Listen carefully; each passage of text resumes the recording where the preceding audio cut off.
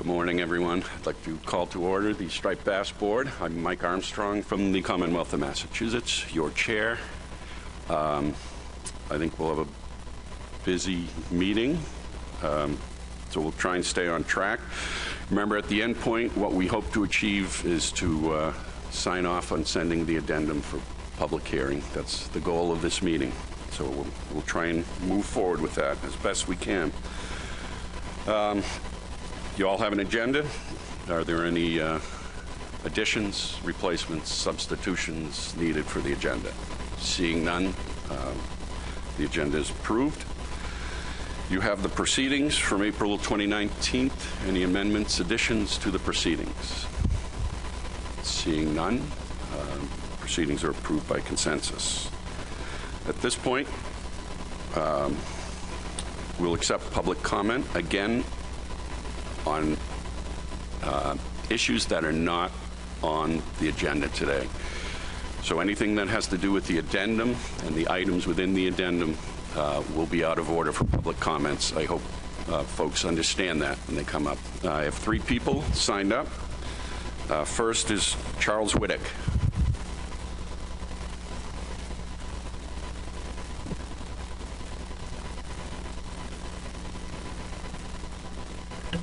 Thank you, Mr. Chairman. As you noted, my name is Charles Whittick, recreational fisherman from West Babylon, New York.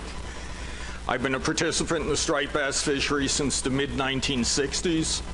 I've seen the good times and the bad times, and given that you'll be dealing with this topic for the next few months and maybe the next few years if you move forward with the amendment, I thought I'd just mention a few topics I'd like you to think about in those times when you address the management issues. And the most important one of those is that whatever you do, your management issues should match the actual use of the fishery. You know, we have a striped bass fishery, we have a very well-managed commercial fishery. That's fine, but the commercial fishery only makes up a very small part of the harvest. Even if 2017 caught the recreational fishery at its extreme large size compared to the commercials, the fact remains this is primarily a recreational fishery, and more than that, it is primarily a private boat and surf recreational fishery. From 2014 to 2019, there were about 87 million trips directed at striped bass. 86 million of those trips were from the 2 sectors I mentioned. And those sectors tend to release their fish. So when you manage this fishery, you know, we've heard a lot of conversations over the last few months that, you know, are we harvesting enough fish? Should the regulations allow greater harvest if there was a new amendment, a new addendum? But harvest isn't how you manage a recreational release fishery. You manage that for abundance. You rebuild the stock to target. You do it within the terms of the management plan. Because recreational fishermen are seeking encounters, and harvest is only secondary. And that's something you always need to remember, that pounds on the dock matter far less than fish in the ocean when you manage a recreational fishery. The other thing that I would note, and I'm keeping these comments as short as I can, is that I have heard talk about initiating a new amendment that could, depending on what you decide, reduce the biomass target, which would lead to an attenuation of the size structure of the spawning stock. You would lose older fish, and it would increase the chance of a stock collapse, particularly at the low levels we're facing today. Now, I fished through a stock collapse. I don't think that's anything we want to see again, and we can avert it very easily where we are now. But I'd just like to remind everyone here on the board that while you may think of yourselves as representatives of the state, as you may think of yourselves as representatives of a sector, more than anything else, you are stewards of a public trust resource. And it is your duty as you sit here to manage that resource in a way that restores abundance to the population and assures that a stock collapse will not happen again. Thank you. Thank you. Robert T. Brown.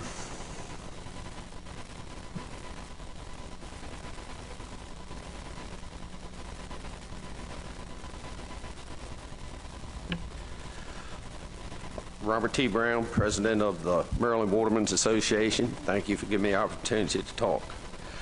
I want to talk a little bit about history about what's happened with our rock fishery. But I'm not going to go in the past as much as I have done many times before. As you've already heard it, we had an open fishery, no limits, wide open fishery.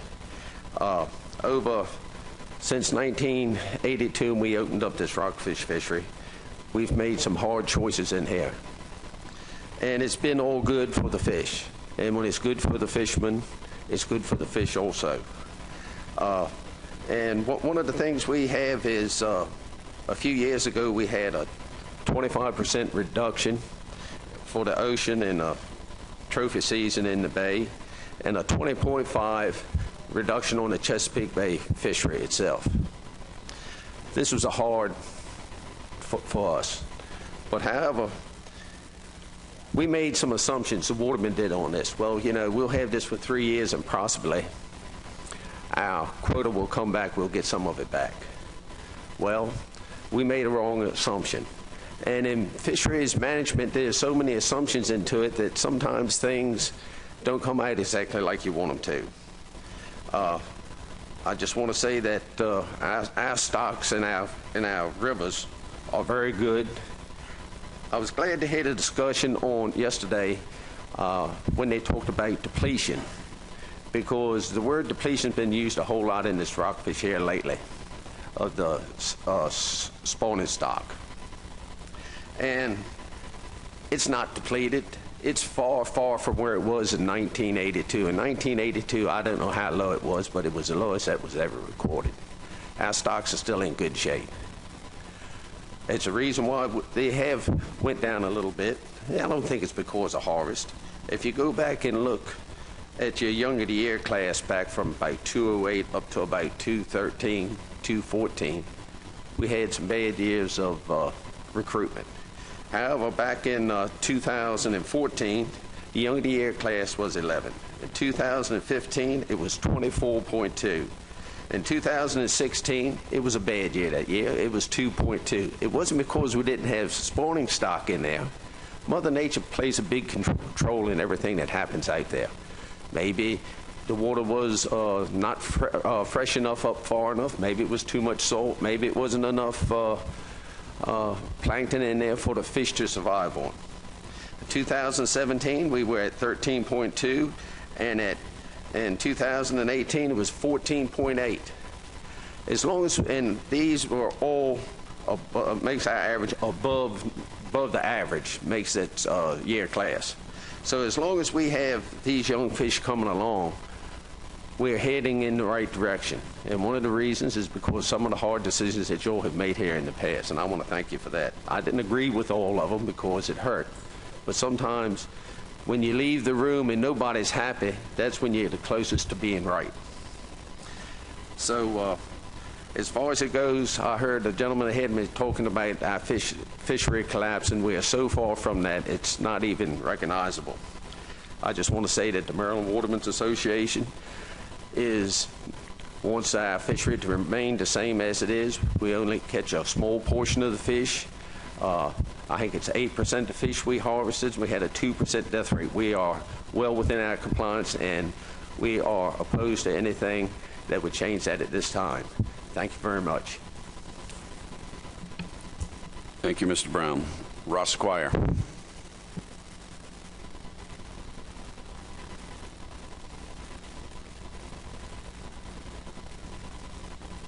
Good morning. My name is Ross Squire, and I'm the president of the New York Coalition for Recreational Fishing. I'm also the founder of the 1 at 32 Pledge on Facebook, which has about 2,300 conservation-minded anglers as members. I appreciate the opportunity to speak today, and my comments today are more about the frustrations and the disappointments and the loss of confidence that many in the recreational sector feel in how you manage this very important resource. Amendment 4 failed to achieve its intended goal, and I believe that much of this failure was predictable preventable, and largely self-inflicted.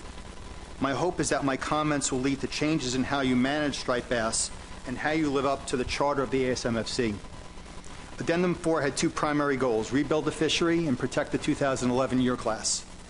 Since 2015, the great majority of the ocean states have significantly under-harvested striped bass, which makes us wonder whether the fishery was actually in worse shape than we had originally thought. As has been well chronicled, and no matter how some might attempt to sugarcoat it, Maryland contributed nothing in the way of harvest reductions. Based on MRIP estimates, Maryland killed close to 2.5 million more striped bass than were indicated in Addendum 4. A significant number of these were part of the 2011 year class. Digging deeper finds the true problem. The conservation equivalency proposal presented by Maryland was analyzed and approved by the technical committee.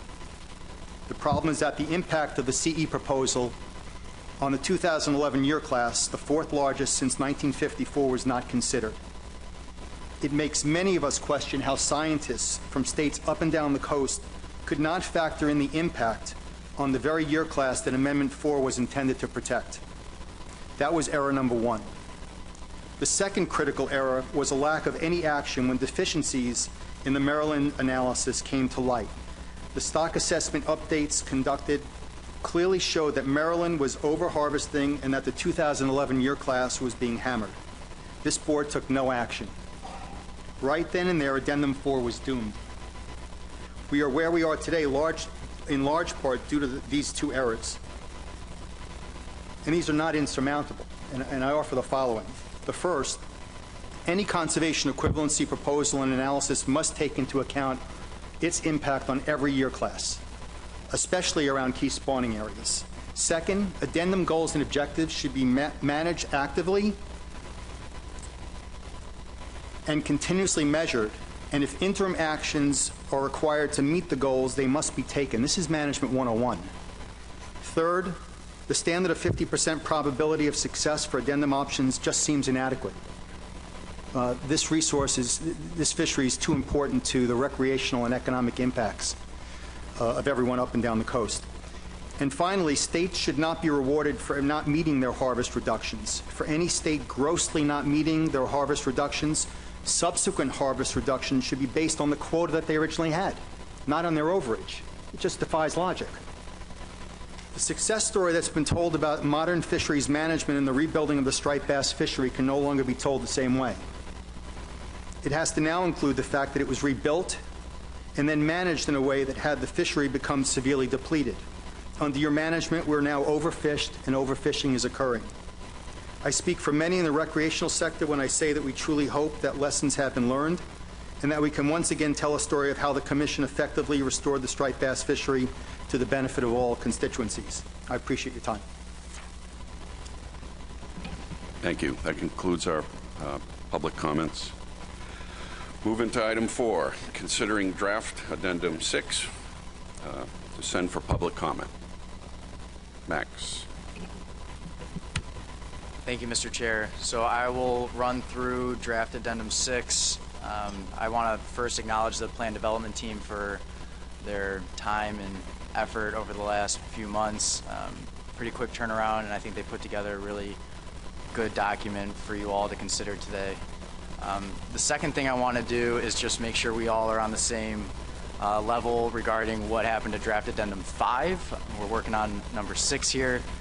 Where is addendum 5? And so recall back in 2017, there was a series of events that essentially led to the board initiating a addendum. That was draft addendum 5, and it was developed, it was brought back to the board for review. It ended up not going out for public comment, but nonetheless it exists on the record. There is draft addendum 5 for public comment in meeting materials, and so the count continues, and we are now on draft addendum 6. So here is a little quick review of the addendum timeline. Again, today the board will consider approving addendum 6 for public comment. If approved, it'll be a pretty quick turnaround to get this out to the public when public hearings will be held August through September. In October, at annual meeting, the board will review public comment and select final measures, and then the intended implementation schedule so far has been for January of 2020. Here's an outline of the addendum, and I will walk through each of these sections. There is a lot of important background information that I'm going to get through, so please bear with me. We'll start with statement of the problem. So back in May, the board reviewed the results of the 2018 benchmark stock assessment, which indicated the stock is overfished and is experiencing overfishing. By accepting that benchmark for management use, the reference point triggers in Amendment 6 relating to fishing mortality and spawning stock biomass reference points are tripped, and therefore the board initiated draft addendum 6 to address overfishing status. However, there has been discussion already regarding rebuilding the biomass, a table motion that will be brought back to the table after this agenda item. So those discussions have already commenced. Also at the May meeting, there was a lot of discussion around the high proportion of removals attributed to recreational releases and release mortality, and therefore this section also highlights that issue as well. And you'll see that recurring throughout the presentation. So this section reviews the status of the stock. Again, the latest assessment is the 2018 benchmark.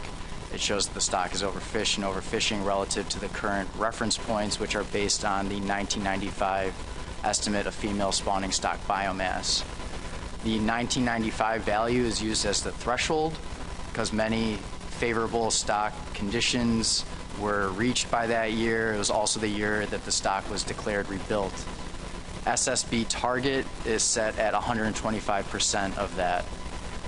I wanted to note the impact of the new MRIP removals estimates on spawning stock biomass. The new estimates are roughly 2 to 3 times higher than the estimates used in previous stock assessments, and resulted in higher estimates of female SSB and therefore higher estimates for our reference points. So that makes it very difficult to compare the results of the 2018 benchmark to past assessments. The F reference points are designed to achieve the respective SSB reference points in the long term, and you can see the values on the right-hand side of the table. This is figure 1 from the draft addendum, showing female SSB and recruitment time series. The bars are the recruitment estimates, and that corresponds to the right-hand axis in millions of fish. And then on the left-hand axis, you have the female spawning stock biomass in thousands of metric tons. The solid line is the threshold, and the dashed line is the target. And the takeaway here is that SSB reached its peak around 2003 and has been declining since then. SSB has been below the threshold level since about 2013. Regarding recruitment, there have been periods of low and high recruitment throughout the time series. From the period of 2005 to about 2011, this was a period of lower recruitment, which certainly contributed to the decline in SSB that the stock has experienced in recent years. Of note are the high estimates in 2012, 2015, and 2016. Those corresponding, as they are estimates of age 1 fish, they are corresponding to strong 2011, 2014, and 2015 year classes. And I'll try to be clear about that as I go through this presentation. Try not to interchange between recruitment values and year classes. It can be a little confusing, but I'll do my best. Also note, though, that those strong year classes were sort of sandwiched by less strong or low recruitment estimates. So this is figure 2 from the draft addendum, showing your fishing mortality time series. The takeaway here is that F rate has been above the threshold for a number of years, 13 of the last 15 years. and in 2017 you can see above the threshold. So this section highlights more recent history of the FMP, namely that the fishery is managed under Amendment 6 and its addenda, the most recent being Addendum 4, which currently sets the regulatory program for striped bass.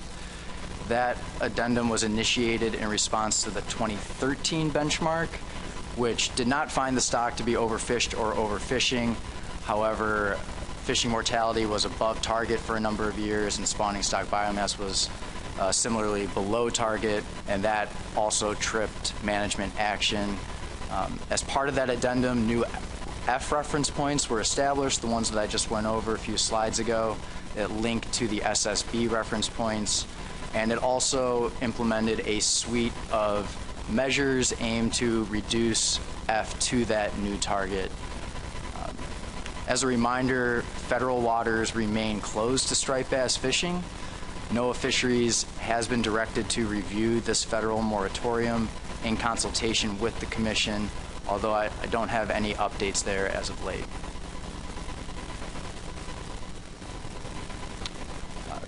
This section is pretty straightforward, reviewing the status of the fishery, the relative contributions of the different sectors to total removals and the magnitude of those estimates. So just to orient to the figure, this is in millions of fish. At the bottom, in the blue, looks blue up there, it's commercial harvest. The next color above that is commercial discards. The green is recreational harvest, and then the top color is recreational release mortality. And as you can see, the current fishery is predominantly recreational. In 2017, total striped bass removals, so that being commercial and recreational harvest plus discards and release mortality from both sectors, were estimated at 7.1 million fish, 90% of which was attributed to the recreational sector. In 2018, total removals came down to 5.8 million fish, but still 88% of that is attributed to the recreational sector. So sidebarring, now looking at the commercial sector in particular, the fishery is managed via a quota system, which has resulted in relatively stable landings since 2004, which is the year when Amendment 6 was fully implemented. From 2004 to 2014, landings harvest averaged 6.8 million pounds, roughly 1 million fish during that time, and that has come down to 4.8 million pounds, roughly 600,000 fish, following the implementation of Addendum 4 and those harvest reductions.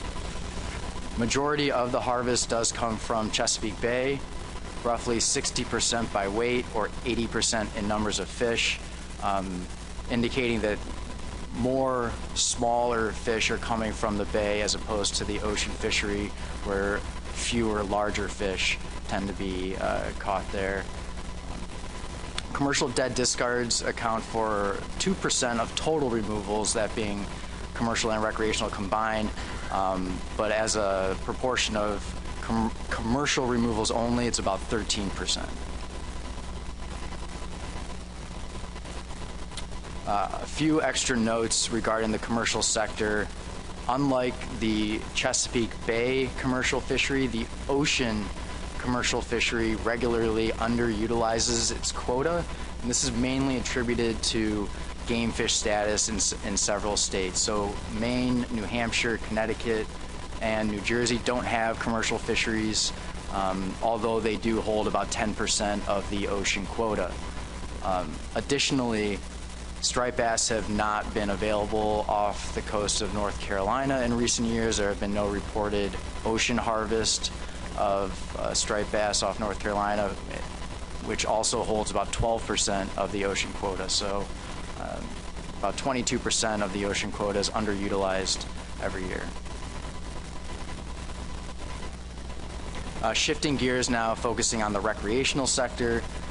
Unlike the commercial sector, which is managed through a quota system, the recreational management program does not have a harvest limit.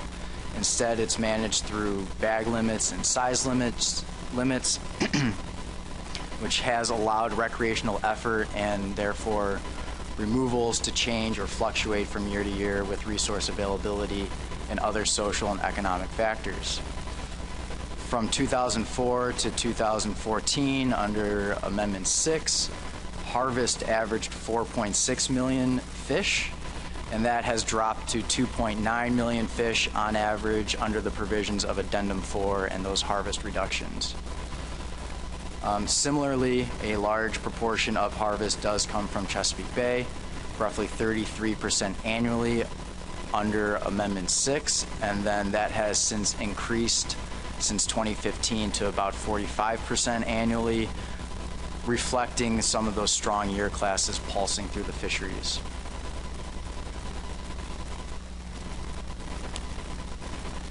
So it's been mentioned already, but recreational dead releases make up a large portion of total removals because most of the catch is released. Roughly 90% of annual recreational catch is released alive, and that's what this figure is trying to show.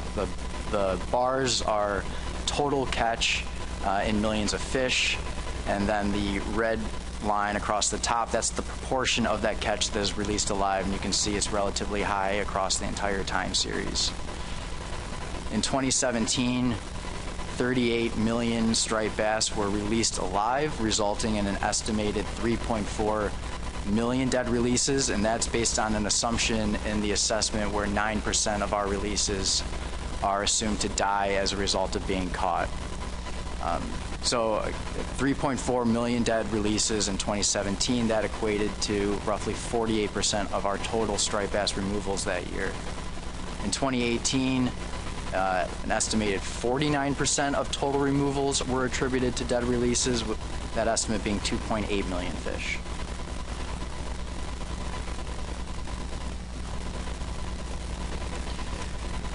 So this section is sort of lessons learned from Addendum 4. It's a performance review, essentially, of that addendum, what happened after it was implemented, and just a quick refresher. The addendum implemented harvest reductions, again, to bring fishing mortality down to that new target, and essentially, states were required to achieve a 25% reduction from 2013 removals in the ocean fishery, and Chesapeake Bay fisheries implemented regulations to achieve a 20.5% reduction from 2012 levels.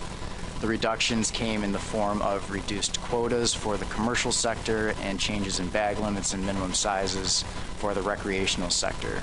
And those new measures went into place prior to the 2015 fishing season. So in 2016, following the first full year of measures under Addendum 4, the plan review team compared the actual removals estimates in 2015 to those predicted during the development of Addendum 4 to evaluate whether the reductions needed to bring F back down to the target had been achieved. And those results indicated that the observed reduction in 2015 was very close to what was predicted on a coast-wide level. Similarly, the commercial reduction was very close to what was predicted.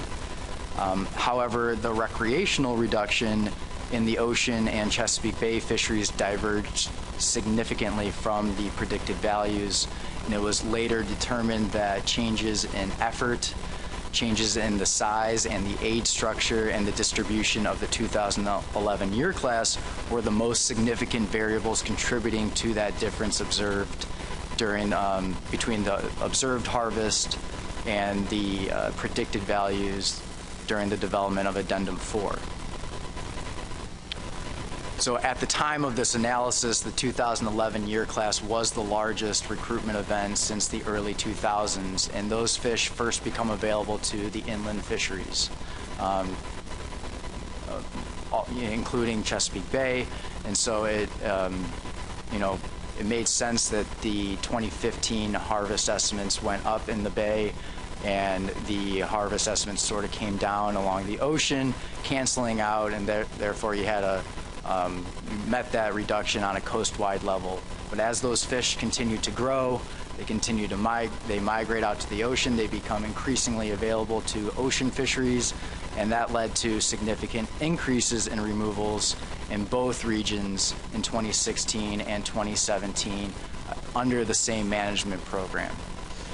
Roughly an 18% increase relative in 2016, and then in 2017 it was a 15% increase relative to 2015. Also of note is that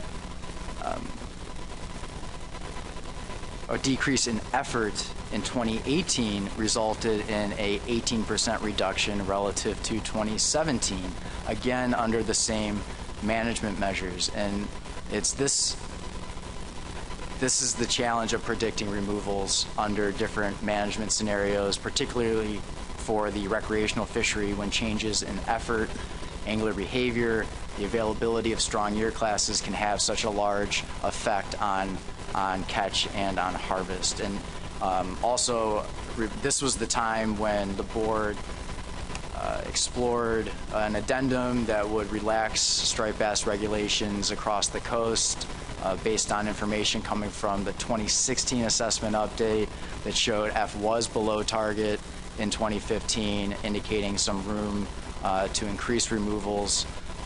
Again, at that time, preliminary estimates from 2016 came out, and with that information, the board did not move forward with the addendum.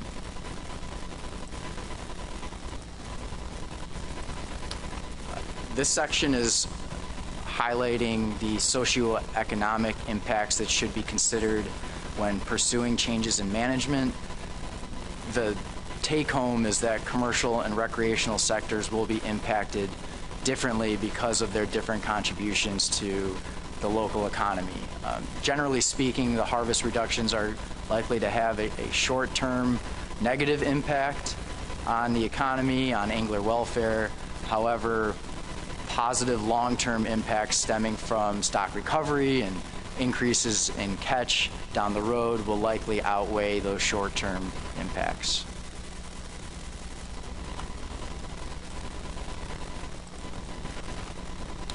The next section in the draft addendum highlights management program equivalency, which has been commonly referred to as conservation equivalency, or CE. This allows states to develop alternative measures that address unique or very specific state or regional differences while still achieving the same level of conservation for the resource. Several states do currently use conservation equivalency for striped bass. An example is to propose closed seasons, to have lower minimum sizes, or perhaps an increased bag limit. Under Amendment 6, a state may pursue conservation equivalency for any mandatory compliance measure. There are a few restrictions in Amendment 6, and this draft addendum does maintain that flexibility. If this document were to be approved for public comment, the TC will develop criteria for conservation equivalency during the public comment period, and would be a quick turnaround to get that information back out to the state so they can have that when considering the development of a CE proposal. Keep in mind that the Commission also has a conservation equivalency technical guidance document, and please consult that document if pursuing conservation equivalency down the road. Okay, so just went through all the background information there, and we can start moving into the proposed management options, which include the recreational and commercial fishery measures, as well as the circle hook provision, and then continuing to wrap up with compliance schedule. First thing to review are the harvest projections. The development team used the same forward projecting methodology that was used in the 2018 benchmark in order to estimate the level of removals, that being total removals, commercial and recreational, plus dead discards from both sectors. When I refer to removals, that's what I'm referring to. So to estimate the removals needed to achieve F target in 2020 with a 50% probability, that being guidance given by the board, and to identify the percent reduction from 2017 levels. Again, that being guidance from the board, the 2017 is our reference year in these calculations. So the results indicate that an 18% reduction from 2017 is needed to achieve F target in 2020. Recall back in May seeing that number was a 17% reduction. That was based on preliminary removals estimates. These calculations are based on final removals estimates, so that number changed slightly. Additionally, the development team used an average removals from 2016 to 2018 as a proxy for removals in 2019, and sort of in an effort to account for that inter-annual variability that we've seen over the last few years. Now, while this addendum is strictly designed to address overfishing in the short term,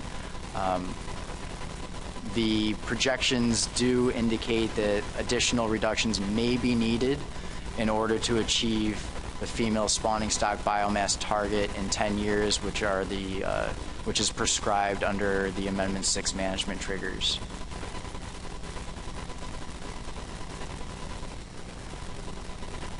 Okay, so the development team is putting forward 3 different scenarios per the guidance of the board, 3 different options. Option 1 is status quo. Option 2 is a suite of options where the desired reductions are applied equally or proportionally to the 2 sectors based on 2017 levels. And the third option is a suite of measures where the desired reductions, where the commercial sector takes a smaller percent reduction than the recreational sector, and the PDT believes that this concept sort of reflects the board's discussion in May and the intent of the motion that was passed by the board. These scenarios are mutually exclusive, meaning that under each scenario or option there is sub-options for each fishery and region. So commercial option for the Chesapeake Bay and ocean fisheries, as well as recreational options for the ocean and Chesapeake Bay. Keep in mind throughout all of this that there are no proposed changes to North Carolina's FMP for the Albemarle and Roanoke fisheries. There are also no changes to the commercial size limits proposed or to the quota transfer provision, which transfers are currently not permitted in the FMP. Okay, so working through this decision tree, under option 1, status quo, there essentially would be no change in management.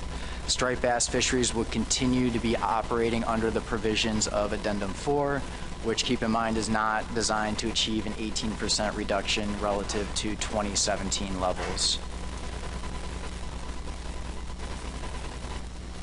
By selecting option 2, now the desired percent reduction is applied equally to both the commercial and recreational sectors, so both sectors would take an 18% reduction from 2017 levels. The commercial quota under this option is reduced by 18%, and there are sub-options for the ocean fishery, for the ocean rec fishery, and sub-options for the Chesapeake Bay rec fishery, which I'll move into in a few slides here. First, with the commercial quota, this is for the ocean. We have the Addendum 4 quota for reference in the first column. We have 2017 harvest also for reference in the second column there. And then the option is on the right-hand side. And again, it's an 18% reduction to the Addendum 4 quotas. A couple notes here. One is that some states have reduced quotas through conservation equivalency under Addendum 4, and these calculations are based on that already reduced quota. So in the case of Rhode Island, New Jersey, and Maryland, they would not have to resubmit conservation equivalency to maintain those programs. That has already been built into this.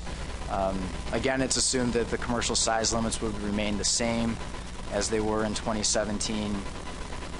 And the important assumption here, the caveat, is that an 18% reduction in quota can achieve an 18% reduction in total removals if active commercial fisheries perform the same as they did in 2017. You can see even those fisheries, those states with commercial fisheries not fully utilizing their quota in 2017. However, if they were to fully utilize their quotas in 2020, if fish suddenly appeared off of North Carolina and they report harvest in 2020, or if some of these states without commercial fisheries start having a commercial fishery, that percent reduction would be lower. The expected reduction could be less than 18%. I also want to note that the PDT did explore applying the reductions based on the numbers of fish harvested, but again, because the ocean fishery underutilizes its quota and because the bay fishery harvests more fish than the ocean, it actually would change the allocation of the quota within states and between regions.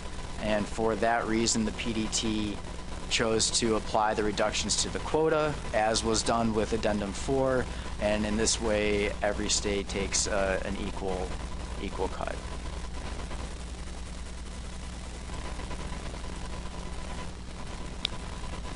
So moving to the Chesapeake Bay commercial quota, again, the same comments and caveats apply here. The commercial size limits would remain unchanged. An 18% reduction in quota can achieve an 18% reduction in total commercial removals, given that with the assumption that the fisheries will perform the same as they did in 2017, which I will add, it is a reasonable assumption. The PDT feels that it's a reasonable assumption. Looking back over the last few years, the active fisheries have utilized the same relative amount of its quota. So it appears to be a reasonable assumption. Of note here, so in Addendum 4, the bay-wide quota is what is specified. However, I'm showing jurisdiction-specific quotas, which aren't specified in the addendum. This is based on the allocation or the agreement that seems to be in place in Chesapeake Bay, and so assuming that that remains the same, this is what the bay quotas would look like under option 2.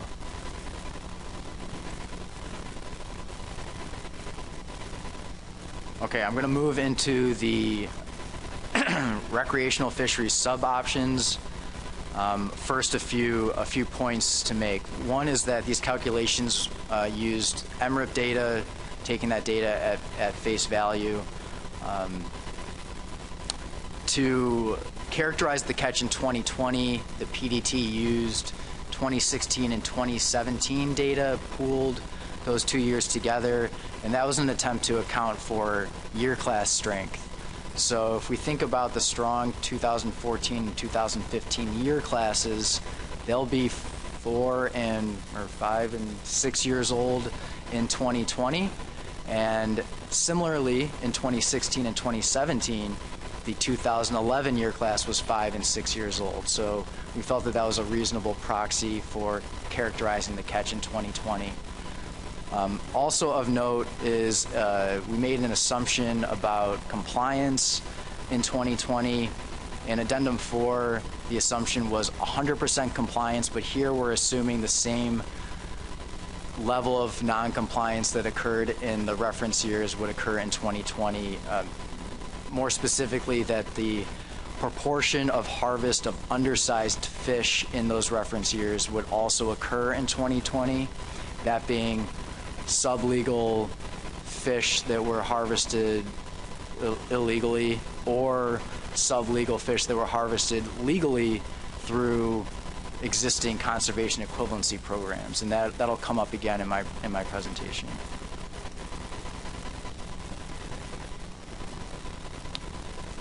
Okay, so first with the ocean sub-options under option 2. The idea here is that the slate would be wiped clean and all states would implement the selected sub-option in its ocean fishery, with a few exceptions that I'll cover in the next slide. All of these sub-options on the screen propose a one-fish bag limit and maintain the same seasons, the same trophy fish seasons and regulations that were in place in 2017. The first sub-option is a 35-inch minimum size, which gets you an 18% reduction relative to 2017.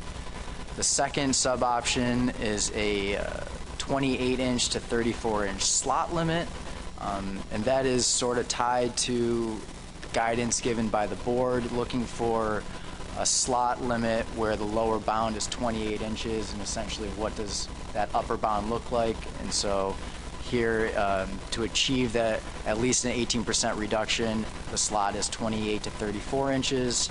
And then the last option in this table is a slot of 32 to 40 inches.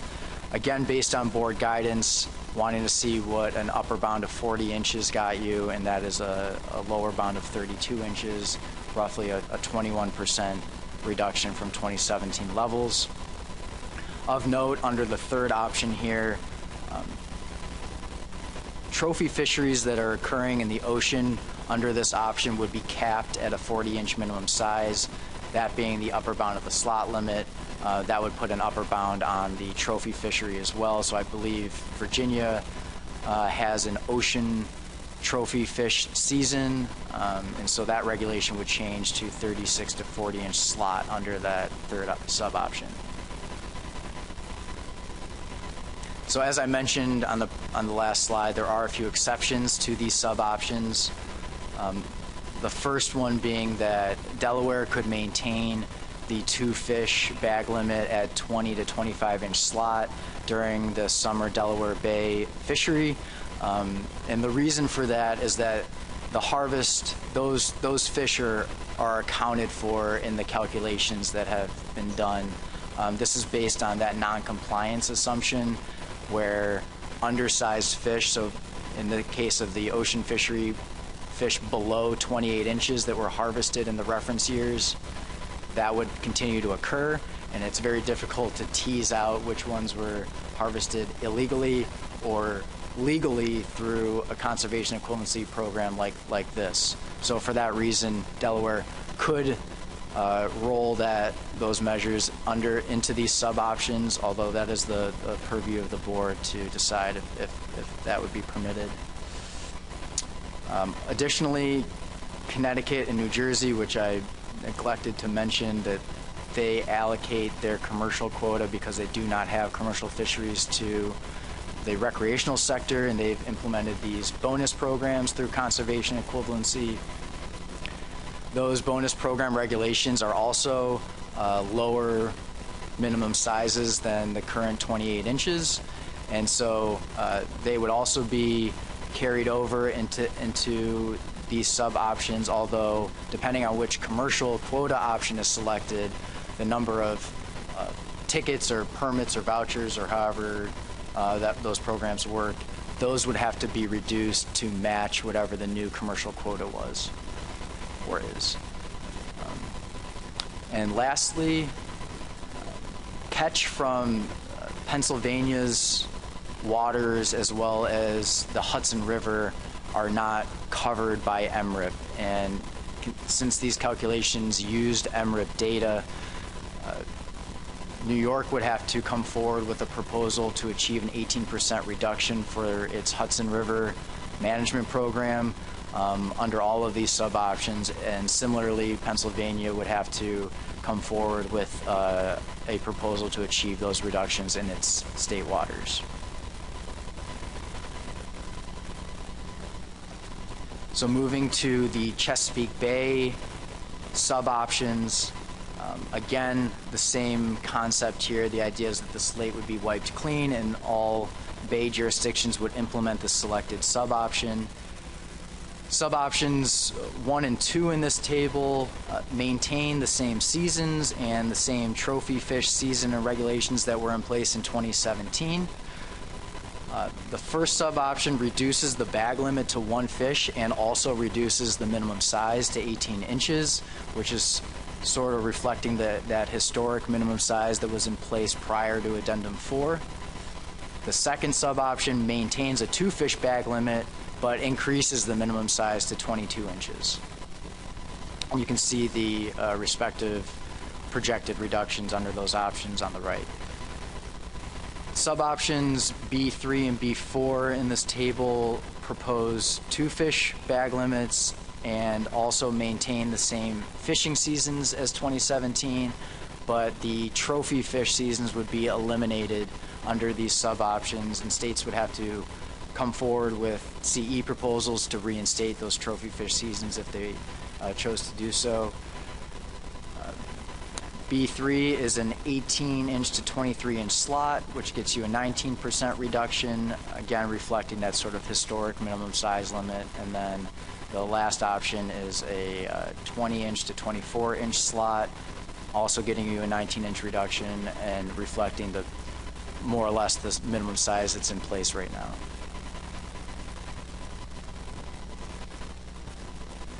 Okay, moving to the third scenario, which is option 3. Again, here the commercial sector takes a smaller percent reduction than the recreational sector, and that is a 1.8% reduction, meaning that the recreational sector must take a 20% reduction in order to make up the difference. Just so everyone understands where that 1.8% came from, we recall that in 2017, 10% of the total removals came from the commercial sector. So this 1.8% is 10% of the total percent reductions needed, that being 18%. So it's the product of those two numbers. And again, if the commercial sector is reduced by 1.8%, then the commercial sector must be reduced by 20% in order to achieve your overall 18% reduction in removals. So there's sub-options, option 3 and option 2 are sort of set up in the same way, and I'll go through each of those sector and region options. So beginning again with the ocean commercial quota under option 3, the same approach was taken here. Commercial size limits would remain the same. You have your Addendum 4 quota up there for reference, your 2017 harvest there for reference, and the option for the commercial quota is there on the right-hand side. Again, a 1.8% reduction relative to the Addendum 4 quotas. I'm not going to reiterate all the caveats that I did the first go-around, but just remember that this option can achieve a 1.8% reduction in total removals if active commercial fisheries perform the same as they did in 2017. Moving to the Chesapeake Bay under option 3, the same comments and caveats again. You can see the respective quotas if the same allocation agreement is in place in 2020. Moving through these a little quicker, having done it already under option 2. So moving into the recreational fisheries sub-options under option 3, now the only major difference here again is that these are designed to achieve at least a 20% reduction, whereas under option 2 they're designed to achieve at least an 18% reduction. So again, the same concepts. The idea is that the slate would be wiped clean. All states would implement the selected sub-option with the same exceptions for Delaware in Delaware Bay, Connecticut and New Jersey regarding its bonus fish programs, and New York for the Hudson, and Pennsylvania for its state waters. Option 1 in this table, sub-option 1, is a 36-inch minimum. It's about a 1-inch increase relative to the 18% reduction option. And then you can see the two slot limit options, 28 inches to 33 inches. as the second sub-option, and third sub-option is 32 inches to 40, 32 to 40 inch slot. And also of note that you can sort of slide the slot limit around and achieve more or less the same projected reduction. The PDT moved forward with these, again, based on board guidance, wanting to see what a 28 lower bound looks like, what does a 40-inch upper bound look like. And so, there could be a number of different slot limit sub-options in this table. It's really how many do you want.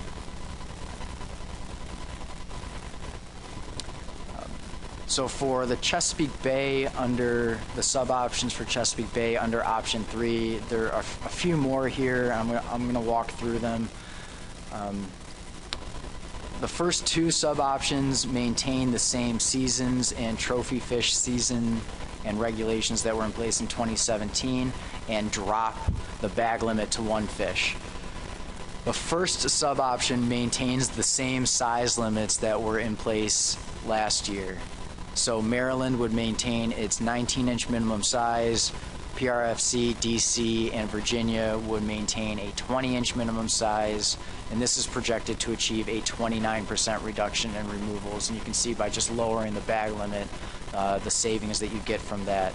Of note, the PDT did do these calculations based on 2017 measures when all jurisdictions had a 20-inch minimum size, and that actually achieves a slightly higher reduction. So for the sake of this addendum, we're just putting forward, more or less status quo size limits and reducing the bag limit. Sub-option 2 in this table is repetitive to what was seen under option 2. And it's a 1 fish bag limit at 18-inch minimum size that gets you a 20% reduction. Sub-options B3 through B5 of this table maintain a 2 fish bag limit, also maintain the same seasons and trophy regulations that were in place in 2017, except under these options, the trophy season could not start prior to May 1. There are some open days in April, I believe, and in order to meet the desired reduction, those days had to be cut from the analysis in order to achieve the 20% reduction. So under these 3 options, the trophy fish season would change to not be able to start before May 1. So 23-inch minimum is the third option, the fourth is an 18 to 22-inch slot, and the fifth is a 20 to 23-inch slot. You can see the projected reductions on the right. And then the last sub-option in this table maintains a 2 fish bag limit. It maintains the same seasons, the same trophy fish season as well, although it would put a cap on the trophy fish measures at 40-inch maximum size on those size limits.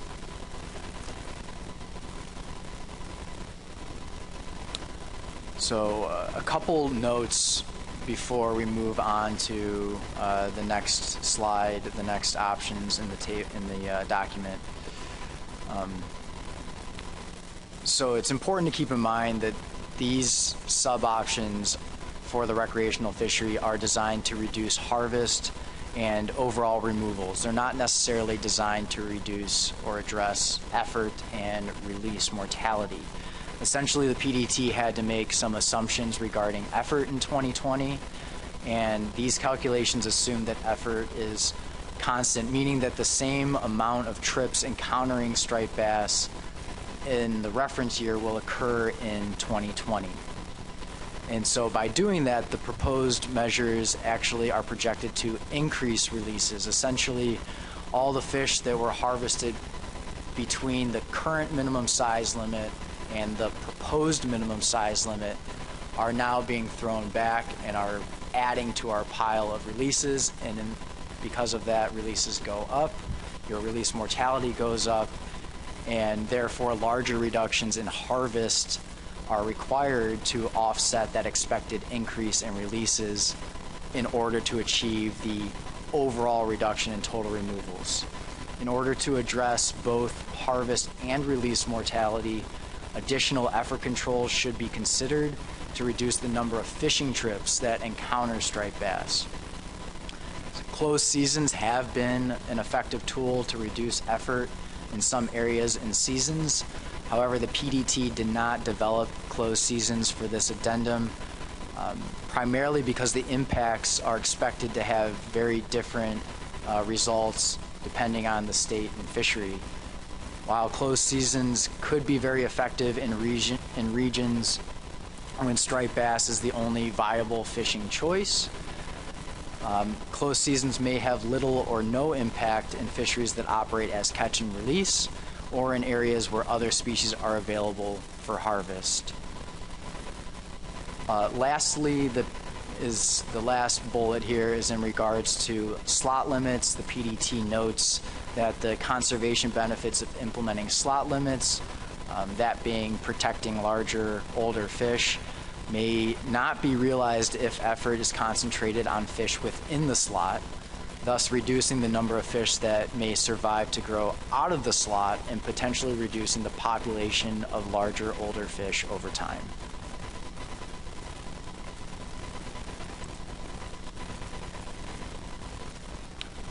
Okay, so now we're moving into the circle hook provision. There's just a few slides left.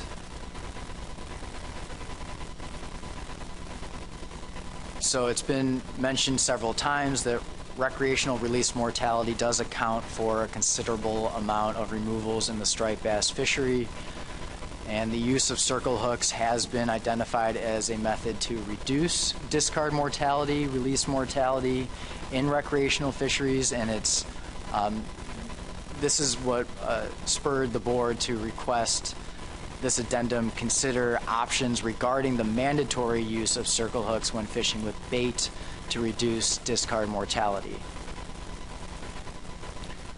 The Commission does have a special report on circle hooks, Special Report number 77. It was developed in 2003 with a number of different bodies contributing to the development of that document.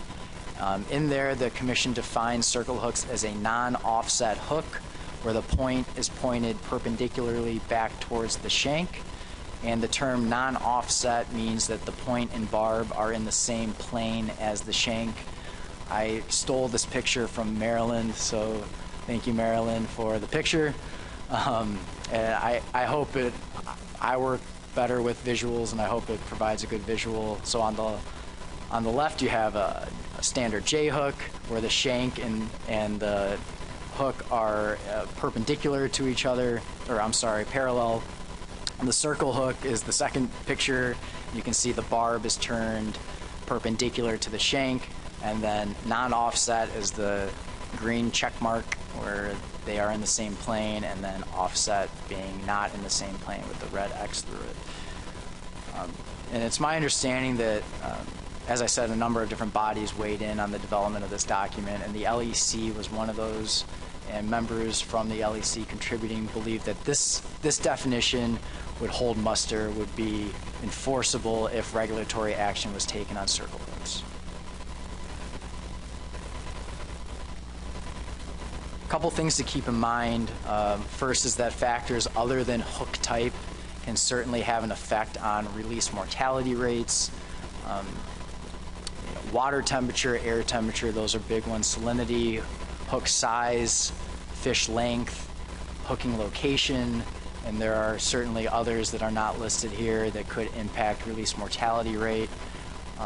Additionally, it's unknown how many anglers are currently using circle hooks, so figuring out what that added benefit would be or added savings would be if circle hooks were mandated, it would be difficult. And then, of course, enforceability and compliance are also concerns and should be taken into account when developing strategies to improve release mortality, specifically depending on which anglers these regulations would apply to, whether they be to those strictly targeting striped bass or to all anglers in that region or state. With all that in mind, the PDT is putting forward 3 options here. The first option being status quo, where essentially it's already in Amendment 6 to have, it is recommended that states promote the use of circle hooks through public education and outreach programs. Option B would require states to implement regulations requiring the use of circle hooks as defined by the Commission with the intent of reducing striped bass discard mortality in their recreational fisheries. And this option, again, is a regulatory requirement, but it does give states the flexibility to develop regulations with its constituents that address the specific needs of their fisheries. The PDT intentionally left out language regarding fishing with bait, sort of learning from what Maryland went through recently, that it's clear that it can be difficult to define what bait is sometimes. And so leaving that out here and leaving it up to the states to define what bait is and what it means to their respective fisheries. Additionally, under this option, states are also encouraged to promote the use of circle hooks through public education and outreach. Option C would require states to promote the use of circle hooks through public education and outreach campaigns.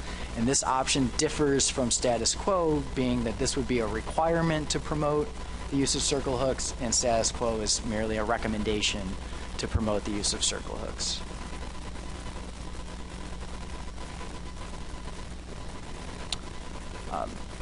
So this is the last slide I have here, and essentially reminding the board that they'll have to set an implementation schedule for this addendum during final approval at annual meeting. The dates here are merely suggestions based on what the intended timeline has been thus far. Assuming this addendum is approved at annual meeting, approval of state implementation plans could occur at the February 2020 meeting, and so working backwards from that, implementation plans would have to be submitted no later than November 31st. Again, as I noted, if this document is approved today for public comment, TC will get together, develop criteria for conservation equivalency, get that out to the states as soon as possible, so they would have that information well before this deadline. And then again, the board will have to specify a full implementation date. I've left it blank here, but again, the intent thus far has been to implement these regulations prior to the 2020 season. So that concludes my presentation. I'm sure there's questions out there, and I'm happy to take those. Thank you.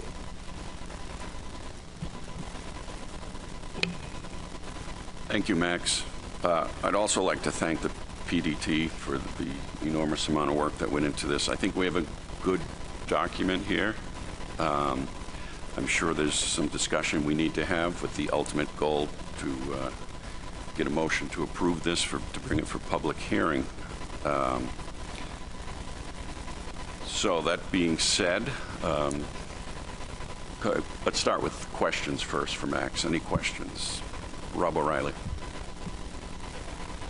Thank you, Mr. Chairman, and thank you, Max. I do have a question, but if I may, I would like to make what I think is a correction. Max, I think you indicated that Virginia had a trophy fishery in the ocean, trophy season in the ocean, and this past spring, Virginia eliminated all trophy fisheries, including the ocean. So I just wanted to clear that up. I think that's what I heard you say. So if that's okay, I'd like to make that correction.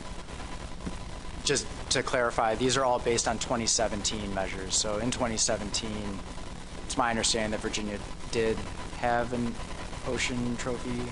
Yes, and they're season, gone so now. That's where that comment came from. Thank you, Max. My question is, it wasn't talked about specifically, but Virginia, in discussions, as many of the states have been in discussions for several months, one thing that you said, Max, was based on the lessons learned, talking about Addendum 4. And what we're wondering is the 50% probability of reaching the target F. why wasn't there thoughts, and maybe there was, about having a higher probability of reaching the target F, and in fact to have options that would show the amount of reductions that might be required with, say, a 75% probability versus a 50% probability. And we don't know in Virginia whether it's a mechanistic situation, is it a situation with the modeling itself, or is it sort of an historical approach that, somewhere back about 1993 it was decided that you had to have a 50% probability on the federal side. We do remember that. So I'm wondering, with the comments that we heard, not a lot, but we heard a few today, and we certainly are getting a lot of emails. Everyone's getting emails. And it seems that we don't want to replicate what we just have gone through with now our 5th year for Amendment 5. So the question is, did the TC talk about having something higher probability than 50%? And, I'll leave it at that. And we just don't know. That's why I'm asking. Thanks for that question. The short answer is that 50% probability comes as guidance from the board. And so the TC or PDT did not look at other probabilities in their projections for this addendum. And it's sort of been a default, I believe, is that 50%. I think Commission's working on a risk and uncertainty policy that would sort of get to that, what is that end probability, that probability that should be given to our development teams for guidance. That's still in development, but I think that process would help with the concerns and questions that you have. John McMurray. Thank you, Mr. Chairman. Max, you mentioned additional reductions may be needed to rebuild, and you also mentioned that rebuilding was a requirement of Amendment 6 if the stock was overfished. There was a figure in the document, Figure 5. If you have access to that, could you put it up?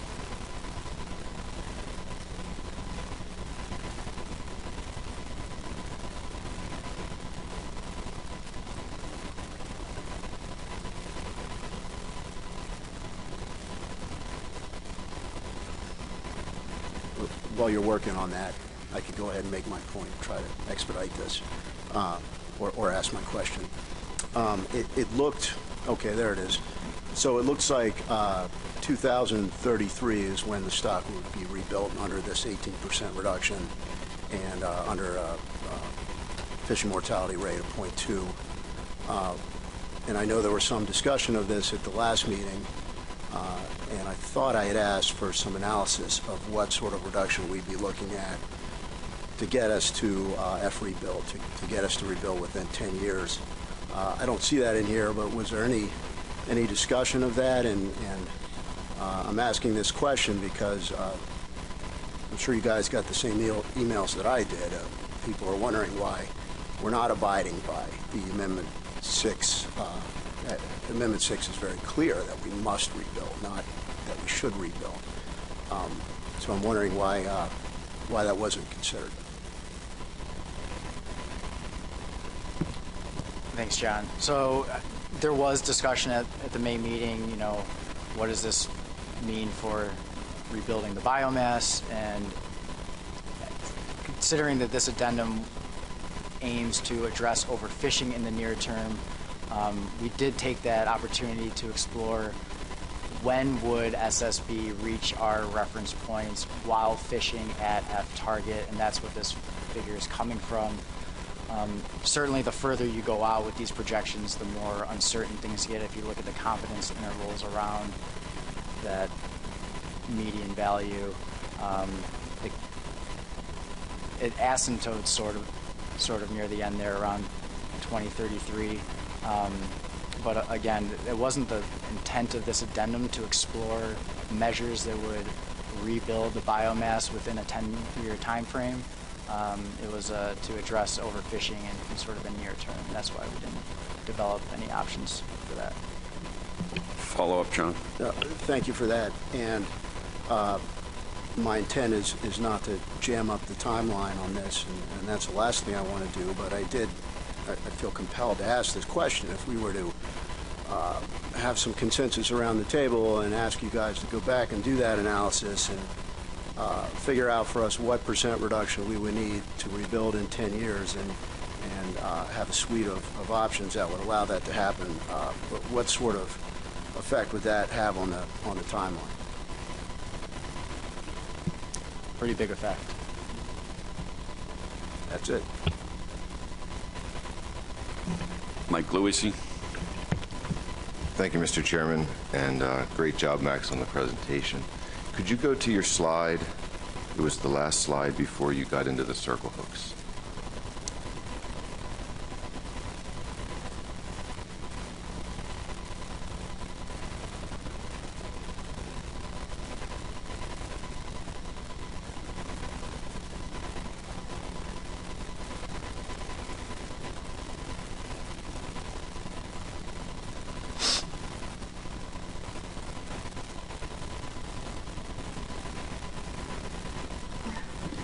Kirby's on it. That's it. Okay, that's it, yeah. You made a couple of really important points while you were summarizing this, and I was scribbling down as fast as I could some of the things you said. I want to make sure that I'm clear. So on page 1 of the document, it's clear that the focus of this addendum should be on total removals. And the options that the PDT developed for the recreational fisheries, including the commercial fisheries, were focused on total removals. And you did a great job of making sure that there was the word harvest wasn't the only thing that accounted for those total removals. However, the sub-options for the recreational fishery in this case are designed to reduce total removals, but I believe what I heard you say is that the focus there was mostly on harvest because you're going to have increased releases given most of the options that are there. And with increased releases, you're going to have more released mortality. And as you know, the state of Maryland has gone to great lengths over the last few years to try to reduce the amount of released mortality that's happening in the Chesapeake Bay and along the coast. And so we've put forth an effort to mandate the use of circle hooks, which was mentioned here earlier. We've reduced our minimum size in that same effort to try to reduce release mortality. Over this past year, we have implemented a weather alert system for days when it would be recommended that fishermen be mindful of the heat and the time period during the day for which they're fishing in an effort to reduce release mortality. We're putting together education videos and outreach in order to reduce release mortality. I hope it's clear that there's an interest on the part of the state of Maryland to reduce release mortality, and we're putting a lot of effort into that now. Because effort and release mortality are not part of the sub-options for what we can consider, what would be the avenue that our state could take? Would it be conservation equivalency? Would we use conservation equivalency to prepare a recreational program that would maintain our focus on release mortality and trying to reduce that level in an effort to maintain and comply with the goals of the addendum?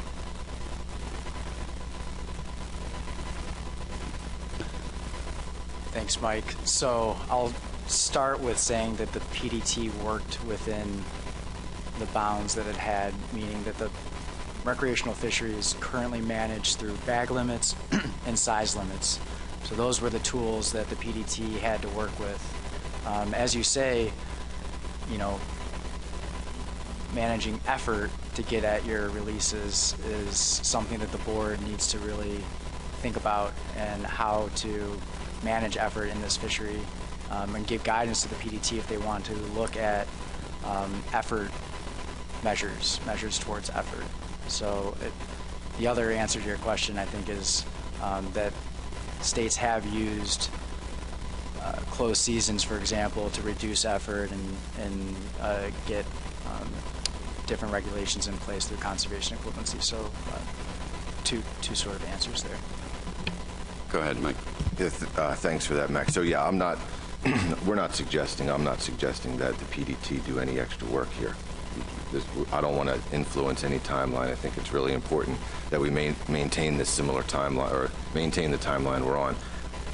But it's clear then that if we wanted to put together a package for conservation equivalency and for consideration by the board, not only to address effort, but perhaps address the release mortality issue, that would be something under the provisions of 2.2.6, which is the management program equivalency section of the document.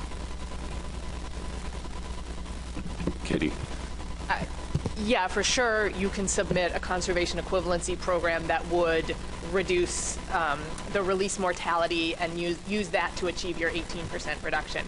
However, I would say I think the TC is going to be hesitant to endorse things that are difficult to quantify. So things like educational programs or using circle hooks or things like that, where it's harder for us to say what is the actual effect of these measures, this educational approach on actually reducing release mortality. Something like season limits or closed days, if you actually close the fishery during days when temperature is too high, as opposed to just saying maybe don't go fishing, that I think the TCE and the PDT would be much more open to. So I think we're focused on things that will have a concrete, demonstrable, quantitative benefit on reducing how many fish you're throwing back alive. Thank you. Understood.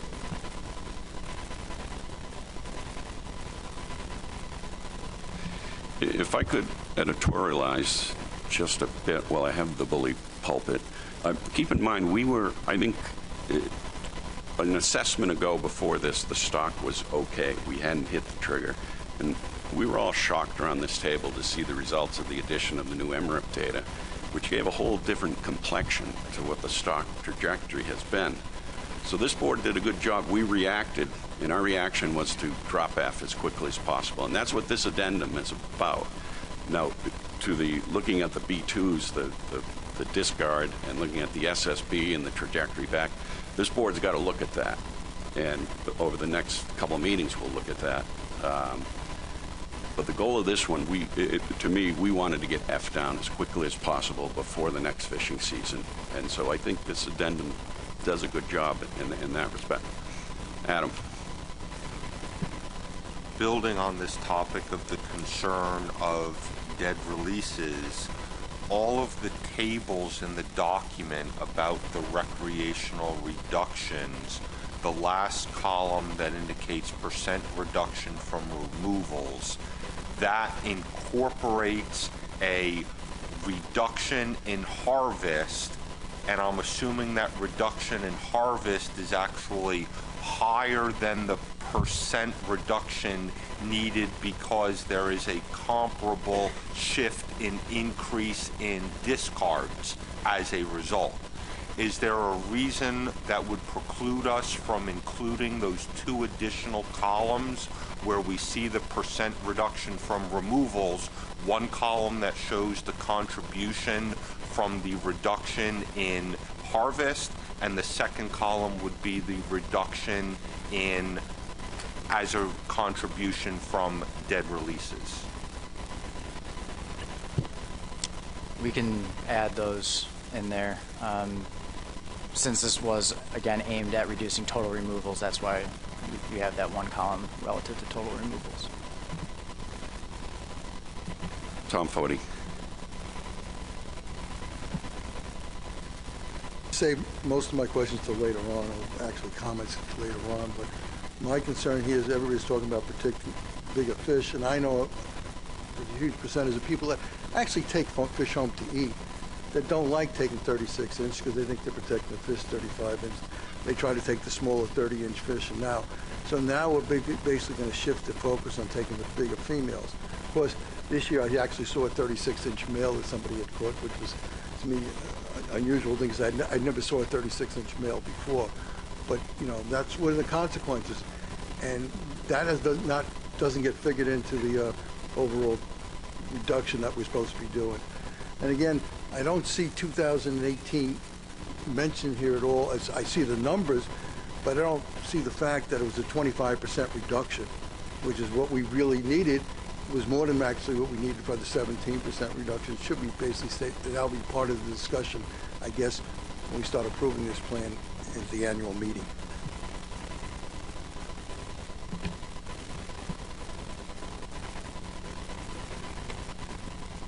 Just to respond to the 2018 levels, I think it was an 18%, but nonetheless, there was a note in the presentation that, and in the draft addendum, that largely had to do with a decrease in effort that was seen not just at trips directed at striped bass, but across all recreational fisheries in 2018.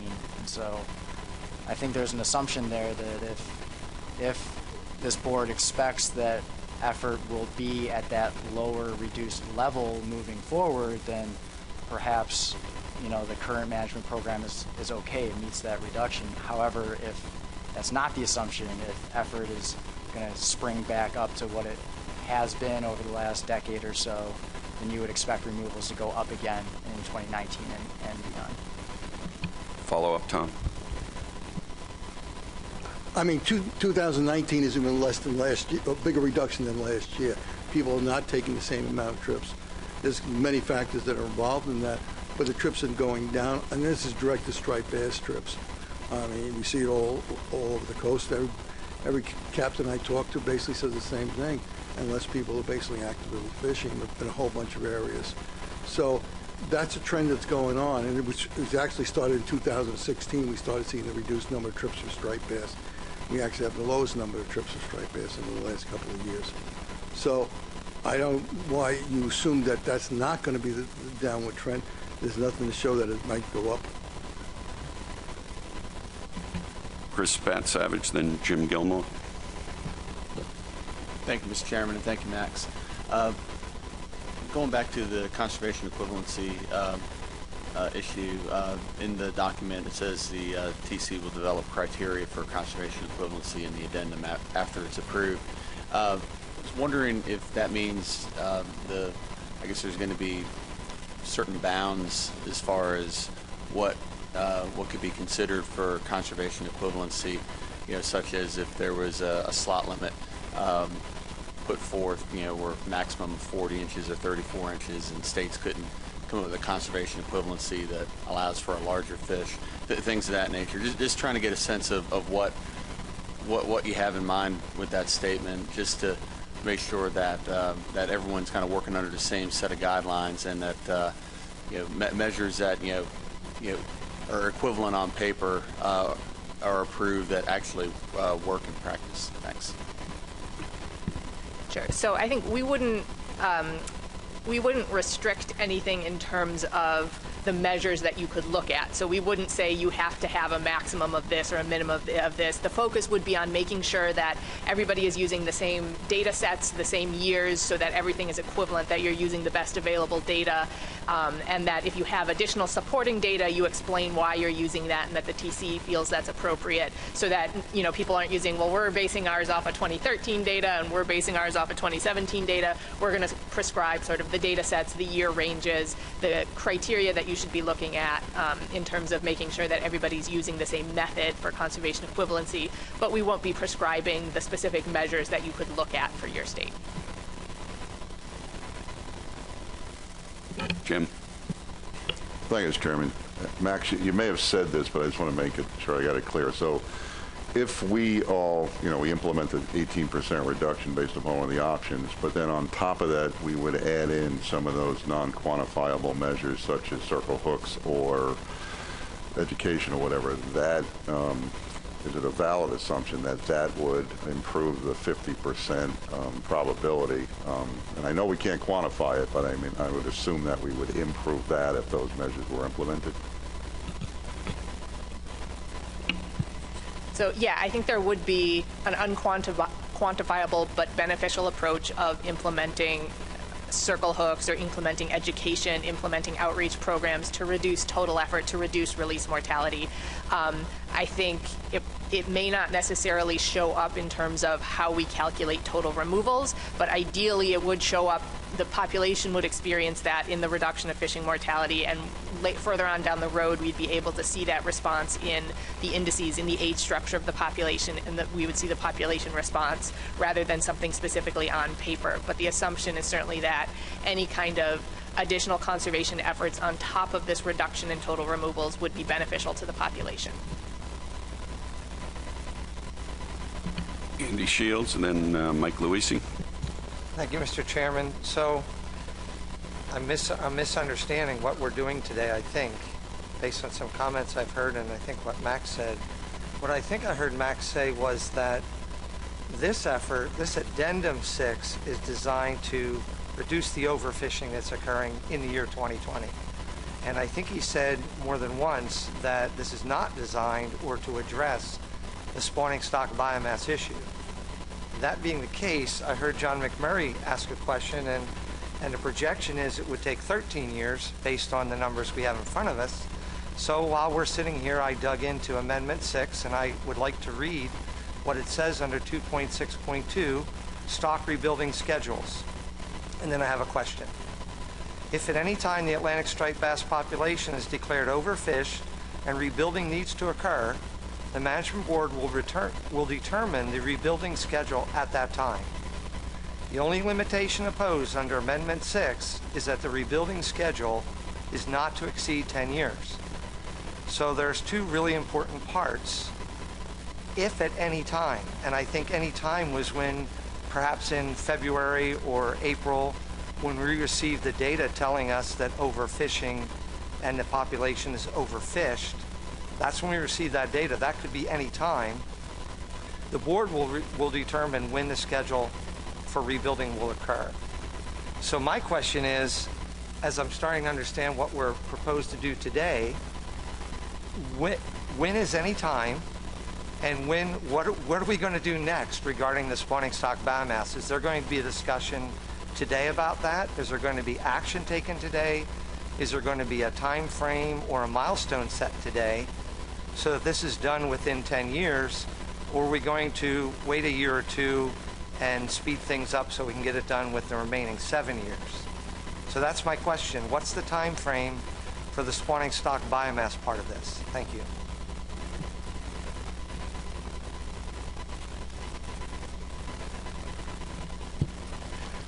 Thanks, Andy. So I'm just thinking back to the May meeting when this information was presented to the board. The decision was to do a quick, fast addendum, address overfishing, and then also there was a motion made to address rebuilding the biomass. That motion is back on the table today for the board to consider.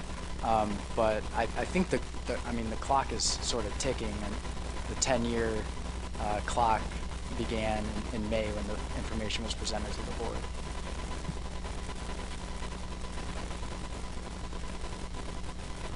Mike Luisi. Thank you, Mr. Chairman, for another opportunity for a question. I raised my hand after Chris Bat-Savage brought up an issue under conservation equivalency, and I think you'll see the common thread in where I'm thinking right now as far as making sure I'm clear and we are clear about what we can use conservation equivalency for. So my question is, because it's not stated specifically under 2.2.6, would a state have the ability to allocate the necessary reduction of 18% to the sectors? You know, and the sectors meaning that, you know, on your flow chart, which was really nicely done, it kind of gives you a sense of option 1, 2, and 3. There's two different ways that the board could decide how those allocations of reductions could go, either equally or proportionally, smaller percentage to the commercial. If the board makes it, the board will decide on that ultimately, but if a state would like to modify that allocation of the reduction to those sectors, is that something currently under conservation equivalency that can be applied? Meaning, if the state of Maryland decided it wanted to increase the reduction from 1.8% to 5% for the commercial fishery, or make it 0% for the commercial fishery, would we be able to put that into a conservation equivalency plan, meaning that you have to account for that change on the other, with the other sector? And I think that it's very important for our state to understand if that's something that we can do, because we've been discussing this externally with a lot of our different user groups, and we would like the document to actually state that, so when we go to public hearing, it's clearly defined that we can use that under conservation equivalency.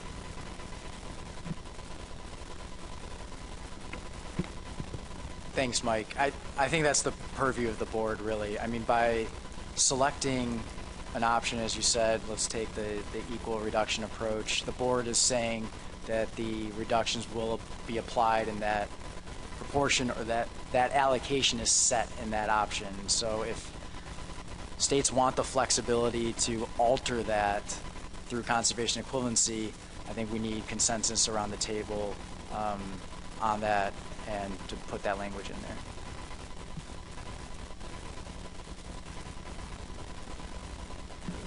All right, we'll come back to that. I would be of the opinion that this addendum assigns the quota to the state, and what the state wants to then do with it is up to the state. But we'll come back to that. To that point, Tom? I just want to make a correction real quick. A majority of this table to put that language and that understanding into this document. I'm not sure we can do that. We've been around this discussion a couple of times when they wanted to transfer other quotas of commercial fish for certain fisheries on that, and it's not stated in any of the plans that that's a viable way of doing it. I can remember discussions going on that we were not, because one time we wanted to do commercial to this because they want to utilize their quota, and we could not do it. And we've been told that also in the trophy tag program, things like that, when you use the commercial. So it's a different category. I remember the long discussion we had because I was trying to do something years ago. So it really has not been allowed previously, and I'm sure we look back through the history of that, we'll basically find it. Thank you. I've got Richie, then Justin, then Jay. Richie Thank White. you, Mr. Chairman. I wanted to expand on the issue that Andy and John raised about the rebuilding and the 10-year. Maryland, I don't remember if it was a motion or brought up the desire to begin an amendment process. And I think we agreed to delay that until after this addendum is complete. And I've been certainly getting a lot of emails about don't start an amendment. It'll mean that you're going to be less conservative. Amendment doesn't mean less or more conservative. And I'm certainly going to support an amendment, and I'm going to support an amendment to be more conservative. And that's how we address what you raised, Andy. So we'll look at more structural parts of striped bass management in an amendment, and hopefully it'll be more conservative, so we won't have to undergo the issues we're undergoing now. Put something in place so it stays, the stock stays in a good situation. Thanks, Richie. And we'll be talking about that next, the next agenda item. Justin Davis. Thank you, Mr. Chairman. Katie, I'm wondering if you can comment on some of the challenges that might be inherent to assessing a conservation equivalency proposal that's based on either reductions in release mortality through use of things like circle hooks or angler education, or reductions in effort, given that, usually when we're looking at how changes in size limits might influence catch or harvest, we're using the MRIP data, the amount of catch and the size structure of that catch. but I would imagine that if we're looking at a proposal that's thinking about reducing effort, we would have to use the effort side of the MRIP survey, and I'm wondering if that lends itself as easily to assessing conservation equivalency. Sure, that's a good question. So I think in terms of things like angler education, requiring the use of circle hooks, things like that, the problem is that we can't quantify right now how many people are actually using circle hooks to begin with. So if 90% of your fishery is already using circle hooks, are you going to see that benefit on paper if you now require that 10% and maybe that 10% doesn't comply? How do you translate that into an actual number that you could say, previously our release mortality rate was 9%, now it's 5%. I don't think the TC feels that our data on what is the current use of circle hooks, what is the current use of best angler practices in terms of, obviously, how you handle the fish also makes a big difference in terms of survivability regardless of what hook type you're using. So things like how many experienced anglers are there versus how many people go out there, grab that fish by the gill and wave it around, take a picture, and then throw it back. How do you change that? How do you quantify that on an educational standpoint? We don't have the data set up now to even know what our baseline is, let alone what you would actually expect to get out in terms of improving handling behavior, improving circle hook usage.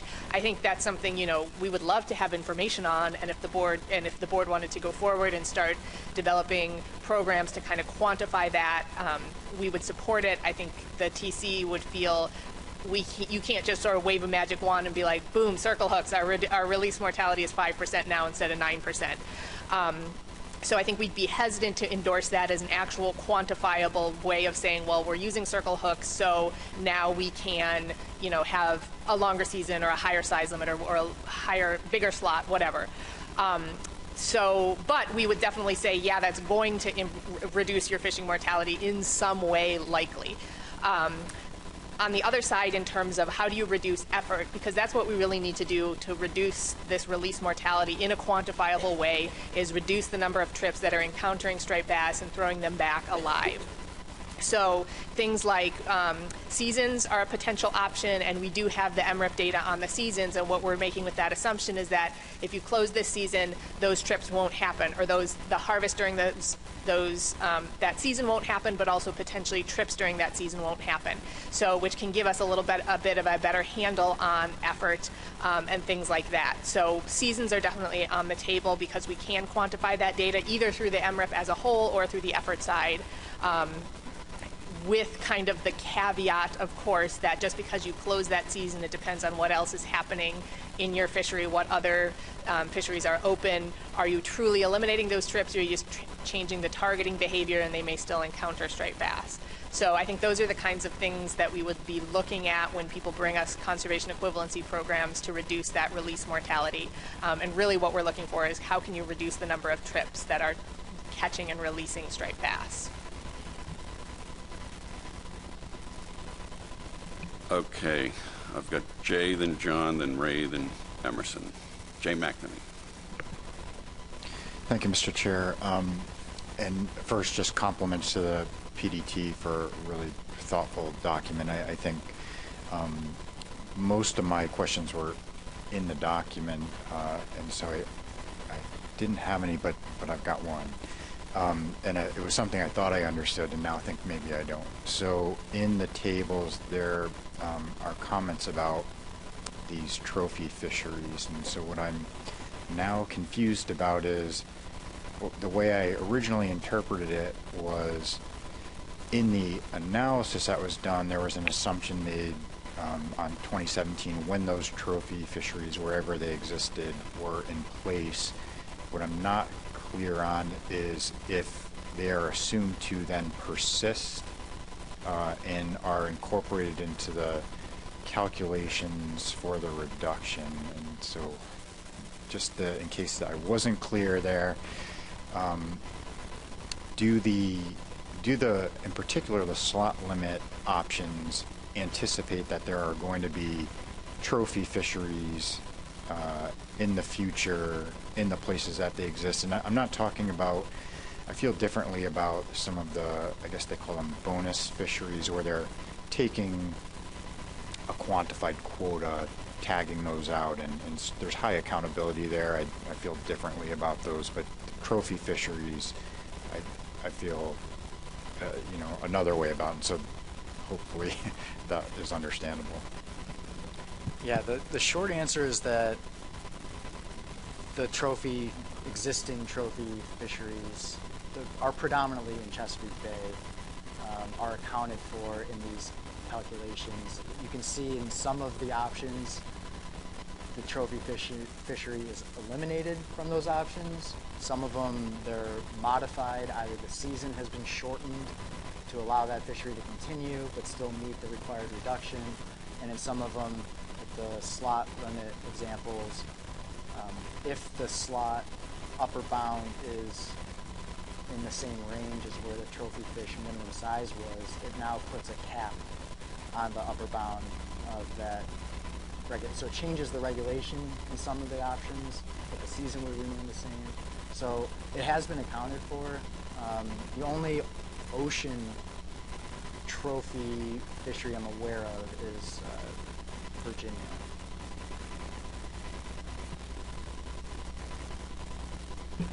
John McMurray.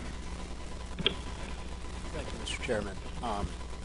To Richie's comment, we don't need an amendment to rebuild or to be more or less conservative with the reference points. The only thing we need an amendment for is to change the goals and objectives, and I think that's where things get sticky.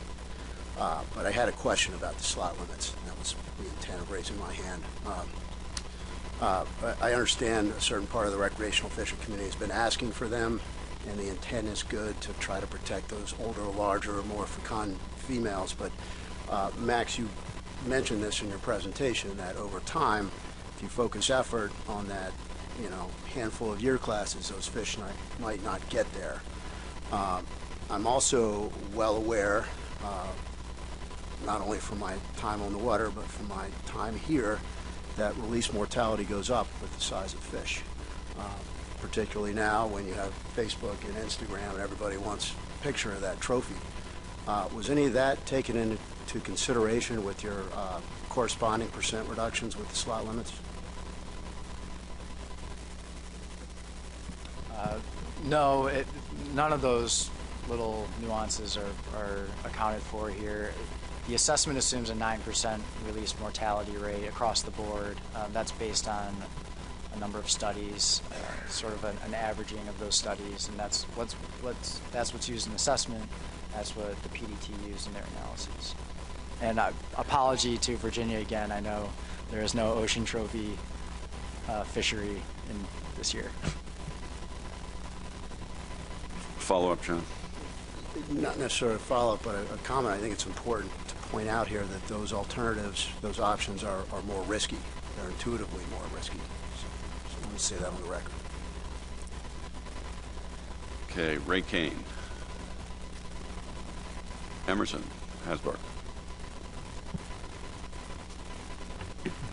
Thank you, Mr. Chairman, and thank you, Max, for your presentation. Max, did I hear you say that even though the document includes two different options for slot sizes, or two different sub-options under two different options for slot sizes, that there could be variations in those slot sizes and the results of different slot sizes would be similar to what's listed in the document?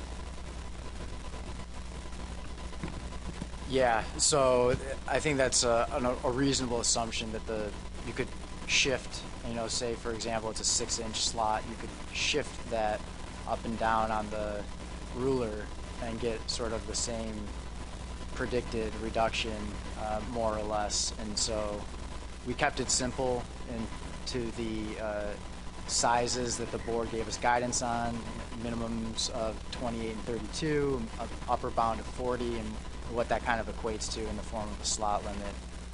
But if there's an option that is not represented in these tables that you feel should be, especially when you go out to public comment, we could probably add that relatively quickly, assuming that it still meets that desired reduction. Alternatively, if the option is not explicitly in the addendum now, but it's equivalent like just sliding the slot, would we be able to do that after the public hearings, or does it have to be on the document? That's a Tony question. I think to be cleanest, anything that is not in the document and you want to put those regulations in place, you will need to apply for conservation equivalency to do so, unless it has a measure in there that is not allowed. So if you want something that is not in the document now, you need to let us know today or within a week, because we will not have a lot of free time, a lot of extra time to add things to the document, because I assume that the entire coast will want hearings, and so it will take us a little while. So conservation equivalency will need to be applied for anything that is not in the document to keep it clean. Okay, but I'm not referring to individual states. I'm talking about this board. Say we go to public hearing and for some reason we don't want 28 to 30, whatever it is, 33. We want 29 to 34. Can we make that decision without having it in the document now? It has to be within the range of the issues that had gone out for public comment, options that had gone out for public comment. Well, that clears it up. Yeah. That's why I think if you want something additional that is not in the document, you need to tell us now so that we can add it to the document today or by Friday. Okay. Good. Emerson. Thank you, Mr. Chairman. And to follow up on that, when Tony just said, tell us now, do you want me to give you a suggestion right now, or do you want to wait until we discuss whether we're going to adopt or modify the addendum? Let's wait a few minutes. We've got a few more people to go through, and these are more general questions, and then we'll come back to that. David Borden. I was just going to ask, Mr. Chairman, Mike, to you, are you ready for a motion? Or would you like to take more questions? I'm happy to make a motion when you feel a need for a motion. We are not done with questions, but I would entertain a motion to focus our discussion. Would you like to make that motion? Yes, so I'll move adoption of draft addendum 6 to amendment 6 to the interstate fishery management plan for striped bass for public hearing purposes. Is there a second? Richie White, second. Discussion. Yeah, the only comment I'll make, I'll echo Jason's comment. I think the staff and the PDT have done an excellent job of really fleshing out clear options that I think the public can weigh the differences fairly easily. And to Emerson's point, if there are other options that need to be in here, I would hope people would make a motion to amend. Thank you. To this point, Dennis? Yes, I have a motion to amend this motion. Go ahead. Thank you, Mr. Chair. I've been waiting all morning for this. I'm kind of a new guy around the table. I've only been here 23 years. 22 years ago, I was drafted to sit on the striped bass board prior to us taking action to find a seat for everyone here. And there's an old phrase, a fine kettle of fish. And I think that we find ourselves in that kettle right now. So after a lot of thought and being who I am, I've decided to step into these dangerous waters, but maybe not. Striped bass are experiencing overfishing and are overfished according to the latest assessment. So we're here today to meet the obligations of Amendment 6. Many anglers through the years have expressed to me and others a strong displeasure with varying regulations, and this disparity is principally due to the generous application of conservation equivalency. I may be wrong, but I don't know of any conservation equivalency application that isn't really intended to increase mortality of striped bass. In my many years in the state legislature, I always held the belief that when one is advantaged, someone else is going to be disadvantaged.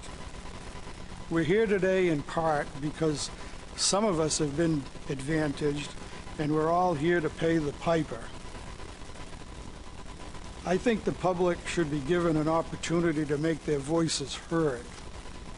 It's time to take a meaningful action, so I wish to add a section to paragraph 2.2.6 to consider the non-application of any conservation equivalency while we're overfished and overfishing is occurring.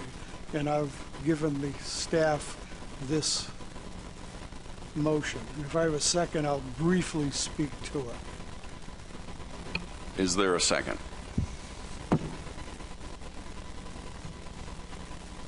Second by John McMurray. Thank you. Thank you, John.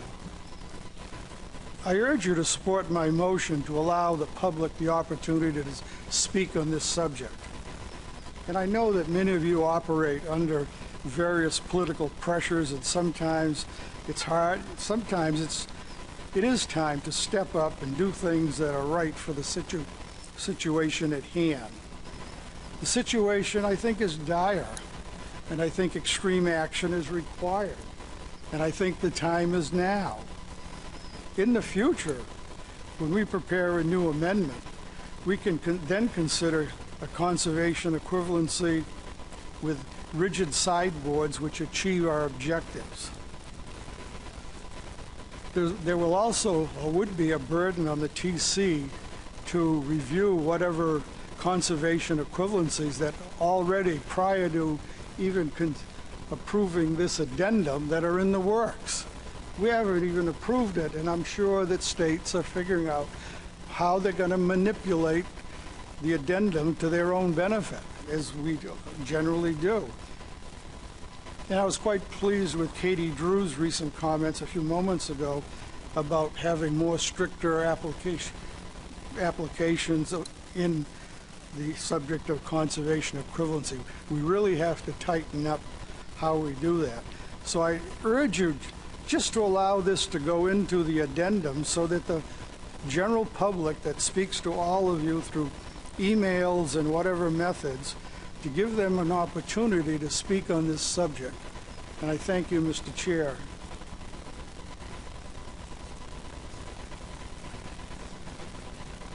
Further comment, John McMurray. Thank you, Mr. Chair. I wanted to qualify my support for this, and I'm just saying this now, so I haven't had a whole lot of time to think about it, but we're just putting this out to the public right now for comment, and I'm not opposed to conservation equivalency, and my support of this might paint the picture that I am, but I think with it has to come some sort of accountability. If it doesn't work, then the state that implements it has to be accountable. And we saw how that played out, and Ross mentioned it in his comments, and that's where my support lies right now. Thank you. Tom Foti. Well, Dennis, I've been sitting around the table about 6 more years or 7 more years since 1990, and I've been dealing with striped bass board meetings since about '87. So I've been around a few more than you have on this. Every state has different constituency and different fisheries. What we try to do is accommodate the fisheries in those particular states. That's what conservation equivalency is about. We're not looking to skate the issue. We're not looking to basically get an edge, but we're looking to address the fishermen that we basically represent. You know, everybody's talking about emails they get. No, this form emails is very simple to get out. But go out and talk to the people in the street. Go out and talk to the people that fish on the docks and the piers. You know, the ones that are basically sitting behind a computer, basically out fishing and basically looking to take a fish home to eat it, things like that. I represent all those people, from the catch and release fishermen to basically the guys who want to take something home to eat. When I took this job, I knew I was going to wind up making one group mad sometimes and making another group upset. Well, that's why I get paid the big bucks, zero. and then look at taking on the force that basically does that. I grew up fishing in Canarsie Pier, fishing off Canarsie Pier and Steeplechase Pier in Brooklyn. That's what people wanted to do. They don't have the same opportunity as people in boats that basically fish for striped bass. They always caught smaller fish. So we try to address is that we don't unequally handle those people on docks and piers. That's why Connecticut put a certain easing of the fishery on summer flounders, so those people that don't see big fish could actually harvest fish. And we did the same thing at Island Beach State Park in New Jersey because they don't see the big fish. So you try to accommodate all the fishermen in your state, not the ones that just have big boats and get out to fish, or not the ones that just want to catch and release. And I'll get into that topic a little later, but we try to represent all of them. And you try to do that at conservation, but you're not looking for an edge. You're not looking to catch any more fish than you basically are allowed to catch. You're just trying to and sometimes it's more restricted by what you have to do that. You basically make it, well, it's not a 20, it's a 22% reduction, but this will make the things work. And as I said, I'm looking to make the best source, and also working with the other states that I know they have similar problems and more problems. It's easy when you come from a state that just had, striped bass, and they get in there, and everybody fishes pretty much the same, and you have a small group of anglers. When you start representing 800,000 in-state anglers and 500,000 out-of-state anglers, you try to accommodate the needs for the tourists and everybody else that comes into a state. Thank you. Mike Luisi. Thank you, Mr. Chairman. I will say that I do agree that the discussion around conservation equivalency should be had, but this isn't the time and place for it. We're in the middle of an addendum process for which it's been on a fast track. We had a PDT develop options in a matter of a few weeks to put before the board over maybe 2 or 3 conference calls. There weren't any social and economic considerations on those measures that were put forth. They were put forth simply because they achieved a number on paper. And there needs to be a deeper consideration when states take on management change. And the Conservation Equivalency Program, as defined under 2.2.6, states that it's an integral component to the Commission's fisheries management program, particularly for striped bass, and that it allows states flexibility to develop alternative regulations to address specific state or regional, and I'd say even social and economic differences in those fisheries. It's critical that the states have the ability at this point in this addendum process to craft rules that meet the needs of their fishermen, as long as those rules are achieving the goals and objectives of the FMP. And it's not that the state draws something up and it disappears. It's not considered, it's not reviewed, it's not evaluated. It goes through a thorough review process where the technical committee weighs in, and then the board has the ability to either approve or deny a state's conservation equivalency proposal and get public input on it as well.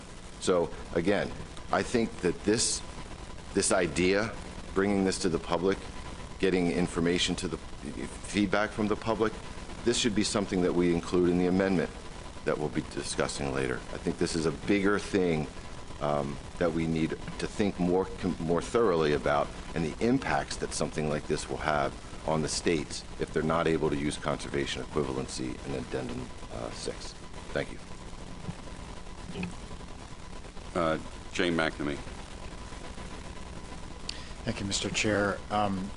Maybe I'll start by saying I would be really interested in seeing public feedback on an option like this in the addendum, but here is the glitch for Rhode Island. And so the way that I interpret what's up on the board right now would apply not just to recreational but also to commercial. And so the state of Rhode Island has had a conservation equivalency in place for our commercial fishery. It's really small, based on a yield per accrued analysis with high accountability with a quota, but it's on the commercial fishery. And so it's been effective for us. It's worked well. it's been in place since 2014, and so because of the way this is worded, at least I would have trouble supporting it, but I, again, am interested in hearing additional feedback. I got a lot of emails that were of a particular type of comment on this, and I wouldn't mind expanding that to see if that kind of holds with additional public comment. However, this wording is problematic for Rhode Island. If it were an option to add into an amendment, I would be supportive of that to give us some more time to think of maybe a better way to word something like this. Thank you. Megan Ware. Thank you, Mr. Chair. A question for the maker of the motion. So currently section 2.2.6 is outside of the management options in the document. So is the idea that this is a statement in the addendum, or is it the idea that this would be two management alternatives, a status quo, and then option 2 being not permitting conservation equivalency? And I likely have a follow-up after that.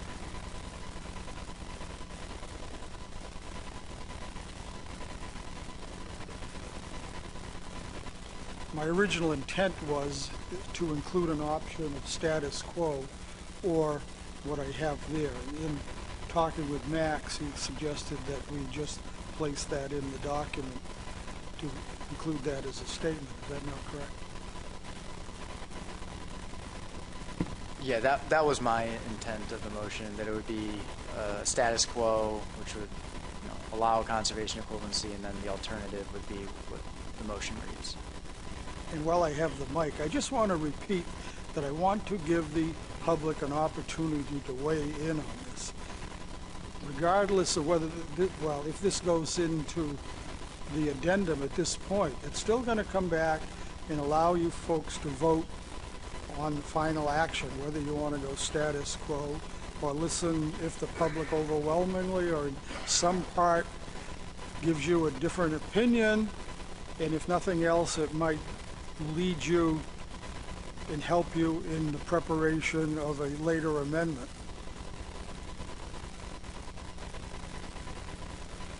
Go ahead, Megan. Just to follow up on that, thank you for the clarification on that. Obviously, in Maine, we have concerns about the status of the stock, both overfishing and overfished, but I'm a little nervous about not allowing states the flexibility to put forward quantifiable conservation equivalency proposals, similar to what Jay was mentioning. So if we could work on the language maybe a bit to include that word quantifiable, that might help a little bit, but right now I have some concerns.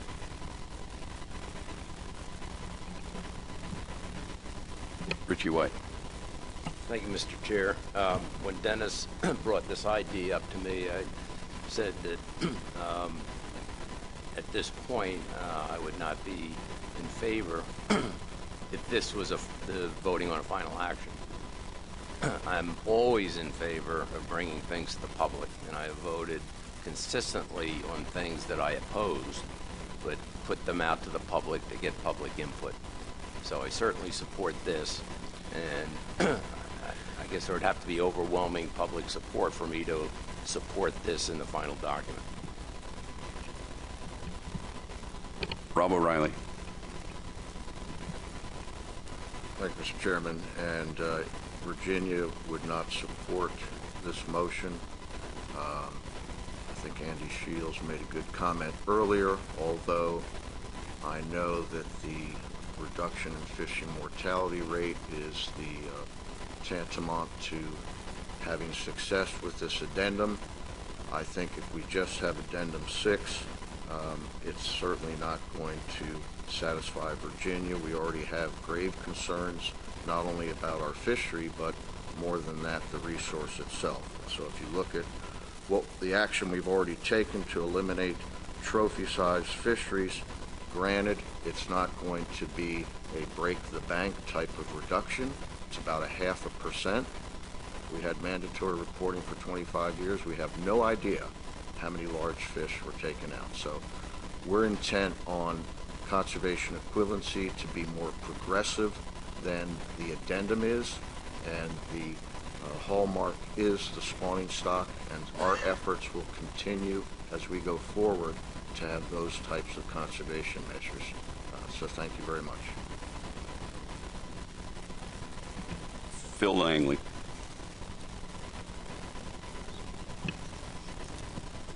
Thank you, Mr. Chair. I'm new to the board here, but I'm certainly not new to the fishery. I've had thousands of trips on the water and in the Chesapeake Bay area especially, but I try to stay up to date with what happens up and down the coast in all of our fisheries. But I would have to speak against this motion to remove conservation equivalency just because the fact that it's not a one-size-fits-all in our fishery. These are migratory fish. And basically, every state, I feel, knows your strengths and weaknesses better than anybody else. I think everybody sitting around this table, we're here because we're all conservation-minded. And if we see weaknesses within our state that we can make improvements on to better the fishery in the future, I think we need that flexibility to address those issues. Thank you.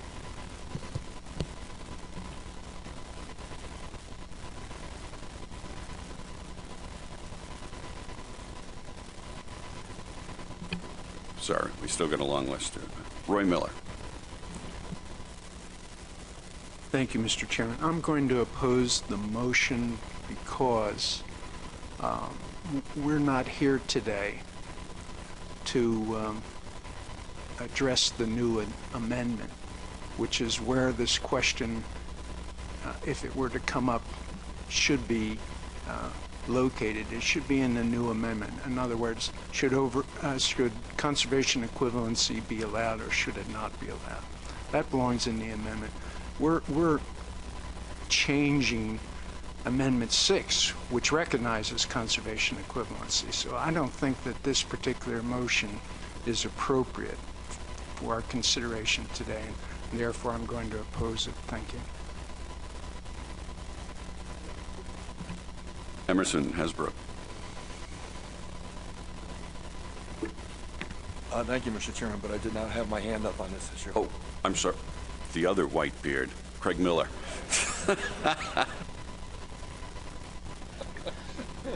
Sorry, Emerson. So I was trying to remember Max's presentation and whether he indicated that previously existing or currently existing conservation equivalency efforts were part of the calculations or part of the considerations in arriving at the schedule of changes that would need to occur. So is conservation equivalency that already exists in this species baked into the TC's evaluation? Yes and no. Conservation equivalency measures that had lower minimum sizes than the current minimum size, those, because of our assumption of non-compliance and the assumption of fish illegally harvested below that size limit, that would still continue to occur, those can be carried over. Those are accounted for. But modifications that are still above the current minimum size, those are not factored in, and that the selected measure would sort of replace those conservation equivalency programs.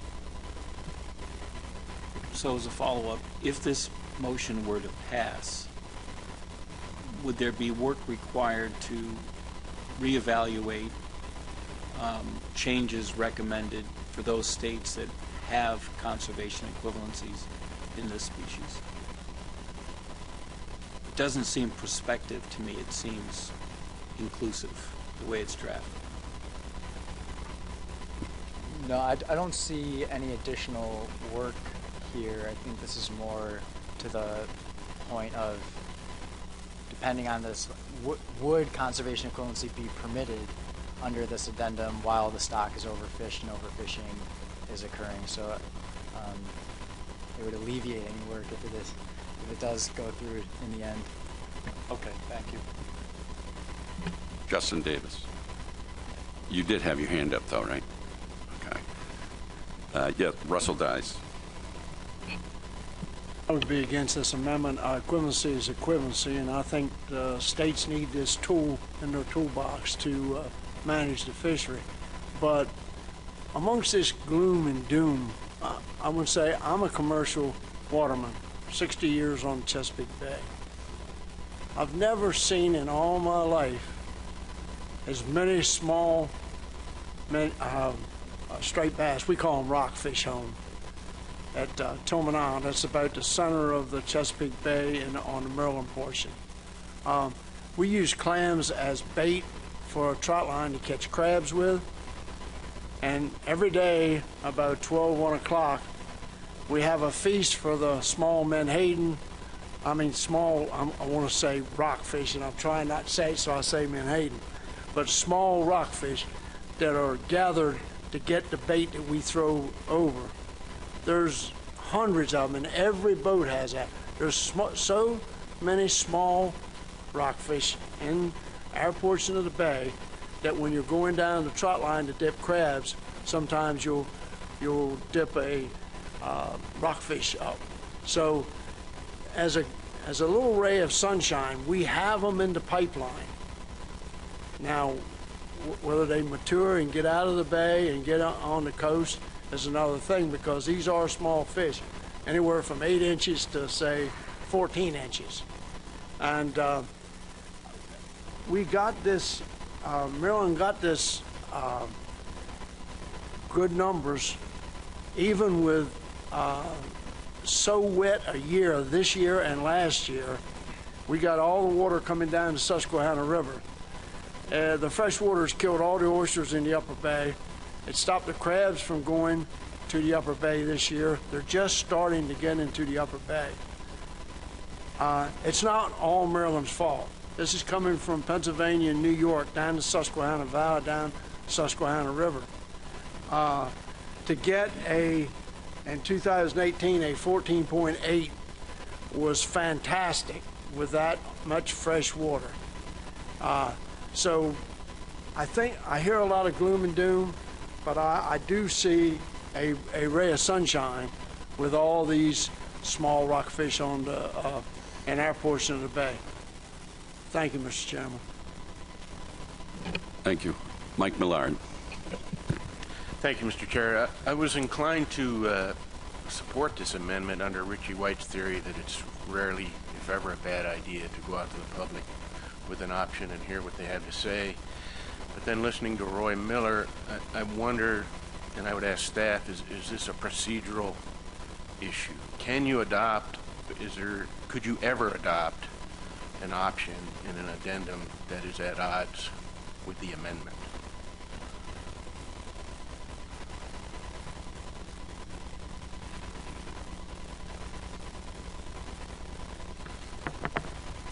Mike, I'll try to answer that. I don't think it's necessarily at odds with the amendment, the underlying amendment, Amendment 6. I think it would be, modify some of the provisions and flexibility provided in Amendment 6. So, the question is, I think, is restricting conservation equivalency kind of inbounds for an addendum? And I would argue yes.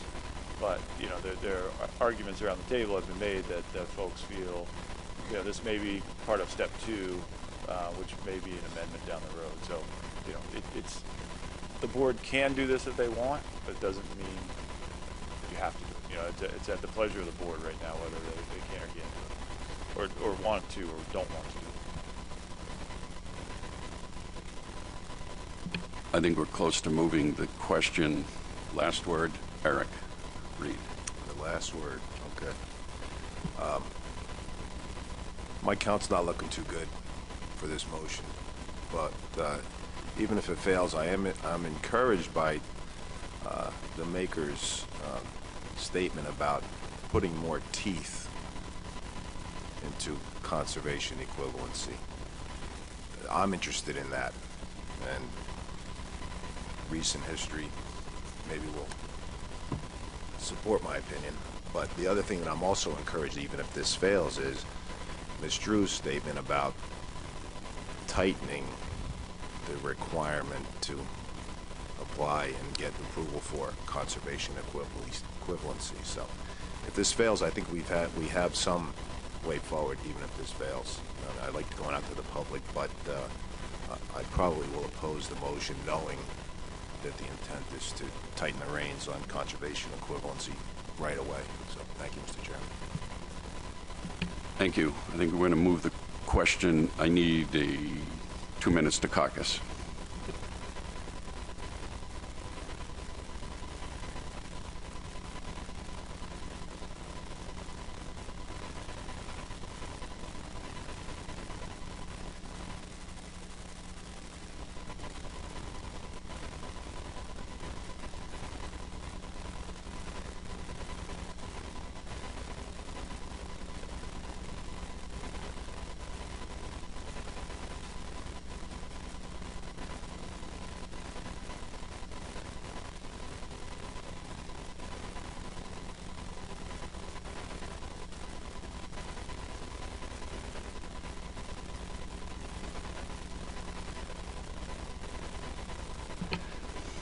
Are we ready? Let me read it into the record.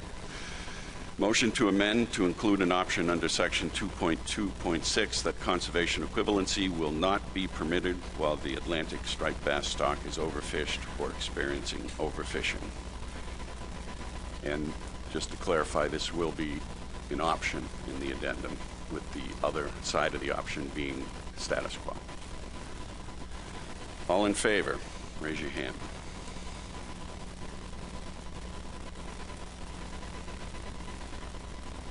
Opposed?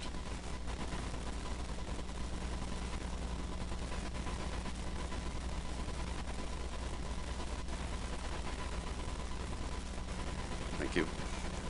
No. Abstention.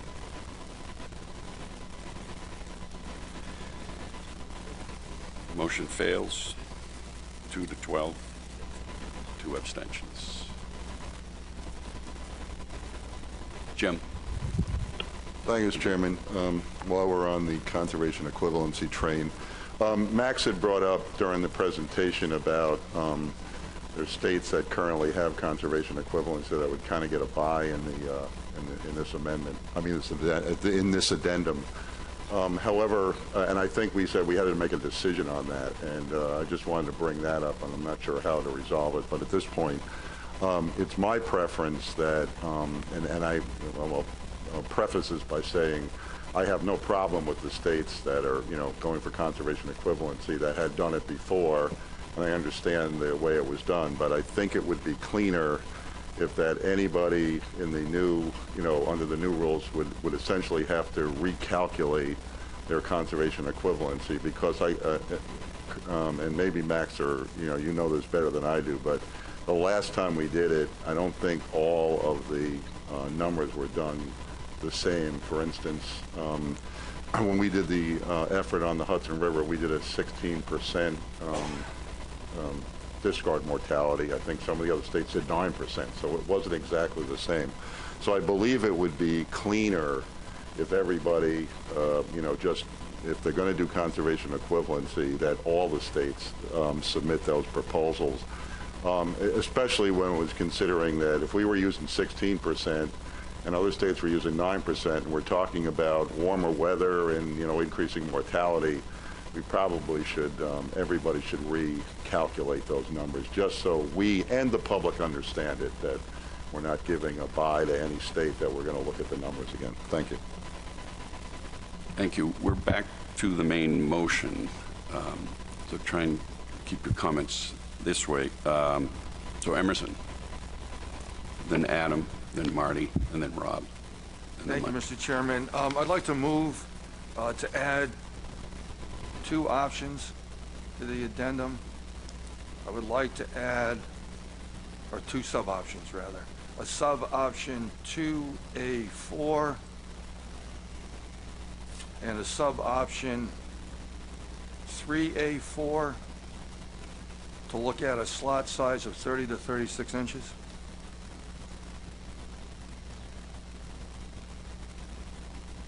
Let's get that on the board.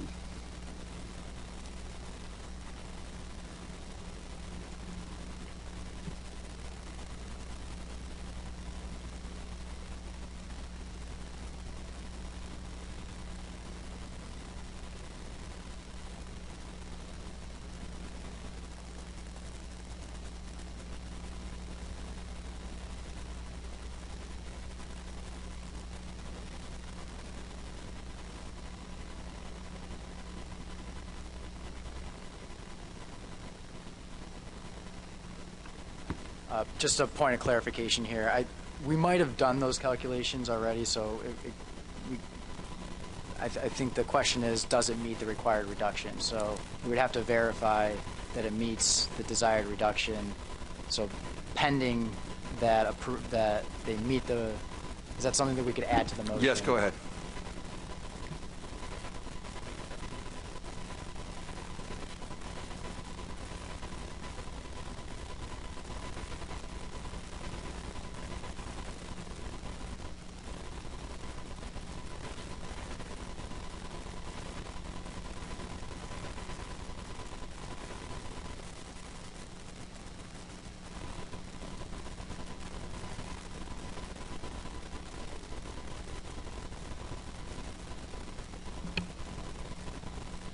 Okay, so the discussion is this will need to be reanalyzed because it doesn't quite fit with the others, but it can be done very quickly.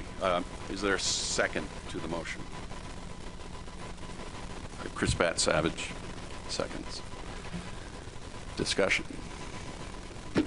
Thank you, Mr. Chairman. Yeah, there's been interest by recreational anglers in New York to evaluate this slot size. So I would just like to bring that out to public comment. And based on what Tony had said earlier, this is the time to get that in there if it meets the required reduction. I have a list of people who had their hand up, but I assume it's not towards this. So to this motion to amend, I'll go through the list, and if you want to address it, then you can. Adam? I would like to speak towards the main motion. Thank you. Marty Gary, to the main motion or this one? Okay, Rob O'Reilly. I have a proposed addition relative to what the ISFMP director invited us to do as far as before we finalize this, if we have any added components to bring them to the board. So that's my request, so it's more fitting with the main motion, I think. Okay. And Mike Louisi? I'll hold. Okay. Tom Fody. This is really not necessary, because if you want to put a 30 to 36 inch slot limit in, basically Conservation Equivalency approves the same thing, so that's what you're already able to do without putting another option in there. And I think it's redundant.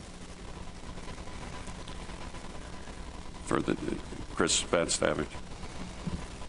Yeah, thank you, Mr. Chairman.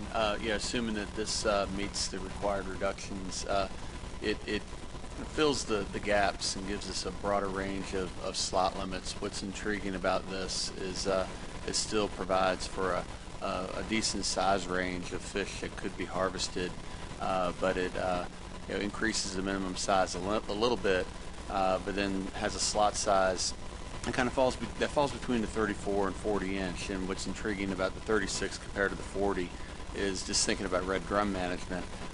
You kind of increase the chance for fish to escape from recreational harvest and be part of the adult spawning stock that will have a lot less harvest on it. So I think it's worth having in there, assuming it meets the required reductions. Thanks.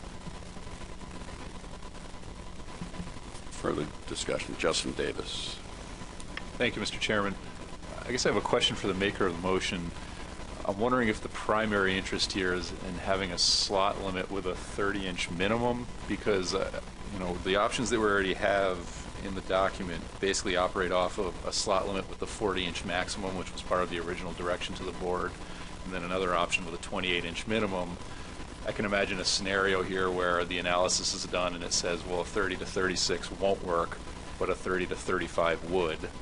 And then I can imagine that we wouldn't necessarily be able to include that in the addendum because it's not part of this motion. This motion specifies 30 to 36. So I'm wondering if it might make more sense to change this motion to say a slot size limit with a 30-inch minimum, if that is the primary interest of the fishermen who want this slot limit. It's not necessarily just a 30-inch minimum. It's another option, and as Chris had said before, it's kind of between that 28-inch minimum and the 40-inch maximum. Right, so it kind of fits in the middle there.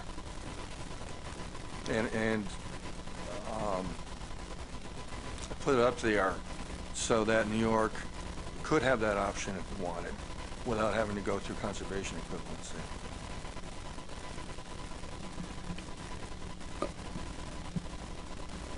I just want to add to those comments. I think what Justin is getting at is that this option in the motion might not meet that reduction, therefore it would disappear and it wouldn't be in the document. I think if we're looking for another slot in the middle of those two with a 30-inch lower bound, the question is really what is the upper bound that meets that desired reduction. So if you are okay with the idea that this could disappear if it doesn't meet that desired reduction, then it's fine. But if you really are intent on having another middle slot option, I suggest modifying it to meet that intention. Go ahead, Emerson. Thank you, Mr. Chair. So then I'll change the wording there. And we'll see, and Chris, let me know if you're good with this. To include a slot limit with a 30-inch minimum size and a maximum size to meet the required reduction of those two different sections. Because so then the maximum may be different between the 18% and the 20%, right?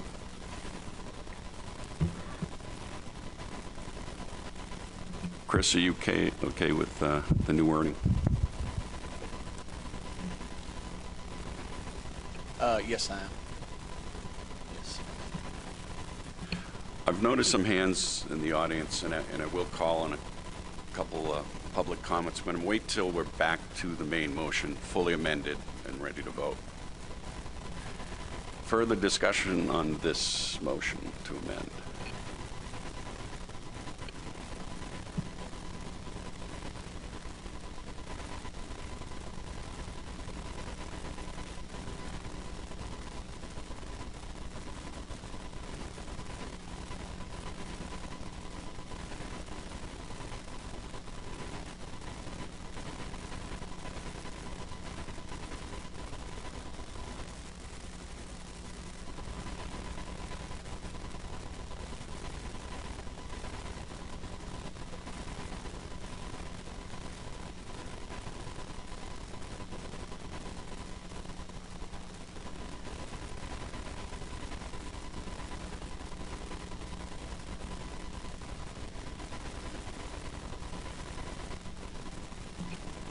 When this is finally done, I'll read into the record. Do we need to caucus?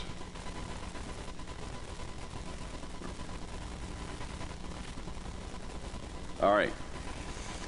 So the motion is move to amend to add two sub-options under... Pardon? Oh, still perfecting. I'll read slow.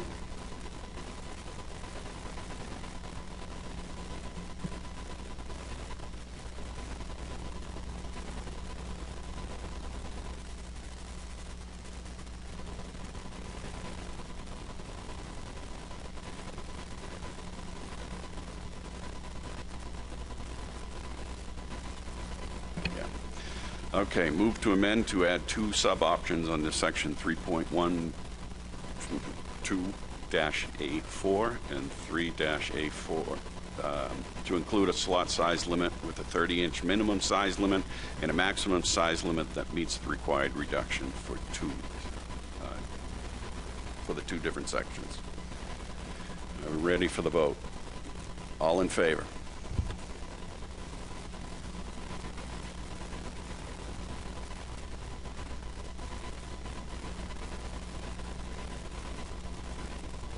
Okay. Opposed? Null? Abstention?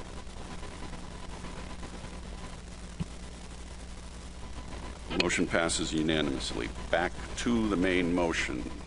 Rob O'Reilly, I believe you had... Yes, I'm again Marty. following up on what Tony Kern said earlier, that if you wish to try and add anything, it has to be done now. And I looked through the document, and if I'm incorrect, please let me know. But I don't see a table that specifically indicates by state the recreational harvest and dead discards and total removals. I know there was a request earlier on the reductions to include which was harvest and removals, but I'm speaking about on a state-specific basis, and I bring this up because last meeting we lamented the dead discard issue quite a bit. This meeting we started it again. We have different modes of fishing geographically. Virginia has had the information by state for many months, and I think it is something that I wouldn't use the word transparent, I would use the word obvious, that the states should see so they realize where the discard mortality is really more pronounced than in other areas. I do think this is necessary. It does so happen that if you are in Virginia and you look from 1990 until the present, we mapped out all the states. Virginia ranks either first lowest, second lowest, third lowest, and in 1 year, fifth lowest. But that tells you something about the fishery in Virginia. Even in the good times of 2003 to 2006, when the fishery could barely be constrained, the recreational fishery, including the bad times from 2007 to the present. So I think that's a piece of information that is missing, and I think now the way the Addendum 6 portrays that situation, it lumps everything together. It's an aggregate approach. So that's my request, and thank you very much. All right. To be clear, we're just adding a table of state-by-state recreational landings and discard. Is there anyone opposed to adding that? Seeing no opposition, we'll add that by consensus. Oh. Okay. Marty. Thanks, Mr. Chairman. Just a clarifying question about conservation equivalency and how it applies to seasonal closures.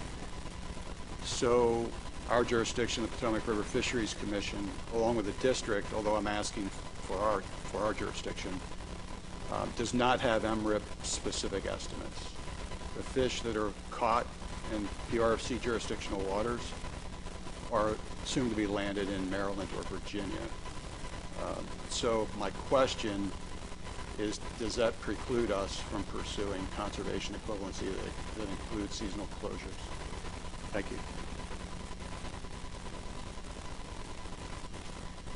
No, it would not. I think generally for the PRFC and for DC, we tend to assume that because the landings do happen in areas that are encountered by MRIP, we use those regions as proxies for what you would expect. And so you can use that information that's available as a representation of what you would expect to have.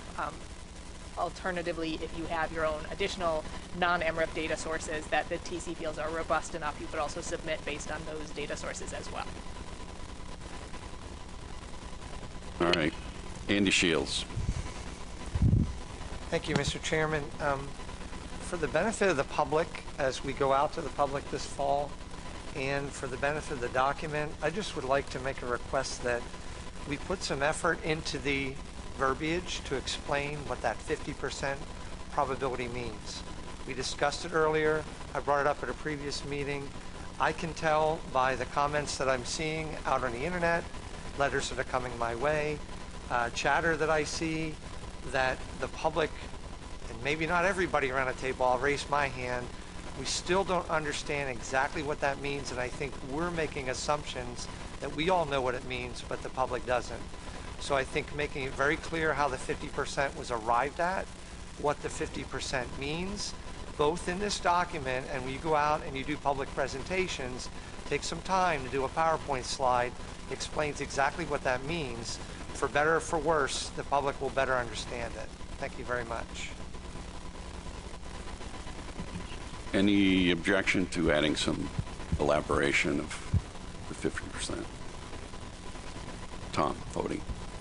Yeah, I mean, it started the 50% of a court case that was on summer flounder that they started using. We started making sure that everything was at least 50%. And at points we've used higher than 50% on certain species. But that's where it came out of it with the judge, because we sometimes with summer flounder years ago were using 38%, something like that. And they said it should have at least a 50% probability of accomplishing it. But that was in the summer flounder lawsuit that basically went on in 1992 or 3, something like that. Mike Luisi. Thank you, Mr. Chairman. Before I vote, before we take this up as a final action to move this document along, I just want to go back and revisit the comments I made earlier regarding a state's ability to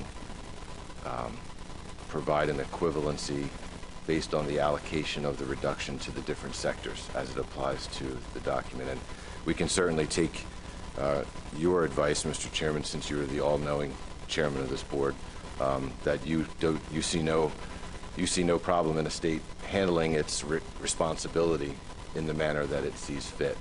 And I want to make sure it's clear. Max said we need a consensus or a majority opinion on that point. But before we move this, I need to be clear on that before we finish. Thanks.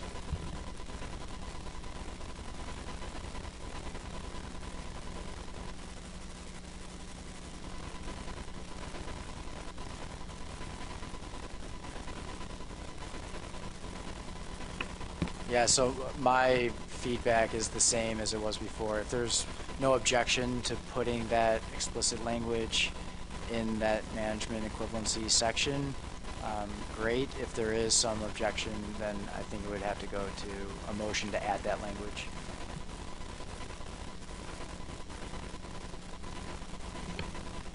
Is there objection to that further clarification of conservation equivalency? Doug? I would just like to have what he is asking clarified, or at least put up on the board somehow, so that I can determine whether I can object or not.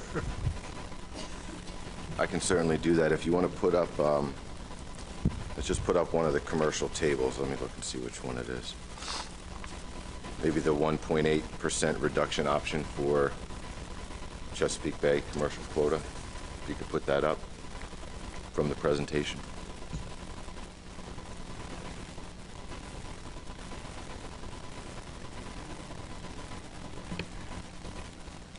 Jim, did you have a comment on this? It's after this, so let me, Okay. but it was getting back to another clarification, so I'll wait. Okay. Okay, so here's the table in the document, and let's just say that in October, the board selects option 3 and goes down the road of suggesting that the reduction to the recreational fishery, I think, was 20%, and the commercial fishery was 1.8%. If you look at the difference between Addendum 4's quota and that 1.8% reduction, you get 26,494 pounds. Okay, so that's the reduction amount that the commercial fishery in our state would be reduced by. If there's an intention by a state to take the 26,000, 27,000 pounds that they're responsible for reducing that fishery by, converting that into an amount of fish for the recreational fishery, and make that clear in their proposal for conservation equivalency, it adds to the recreational reduction that's needed, but it's the decision of the state to make that call. And that wouldn't just be for us, it'd be for all the states as they want to apply those reductions. You know, I think it gives the state an ability to manage that responsibility for reduction in its own way based on the needs of its sectors and its fishermen. And I would like that language, if possible, to be clear under that under the conservation equivalency section so that when we go to public hearings on this, it can be reported out as such. Thanks. Richie. Thank you, Mr. Chair. So just to be clear, to understand this, then this would be, so the technical committee then would review that proposal, and if they did not find it was equal, then it would not work. Is that your understanding, Mike, of the process? Absolutely.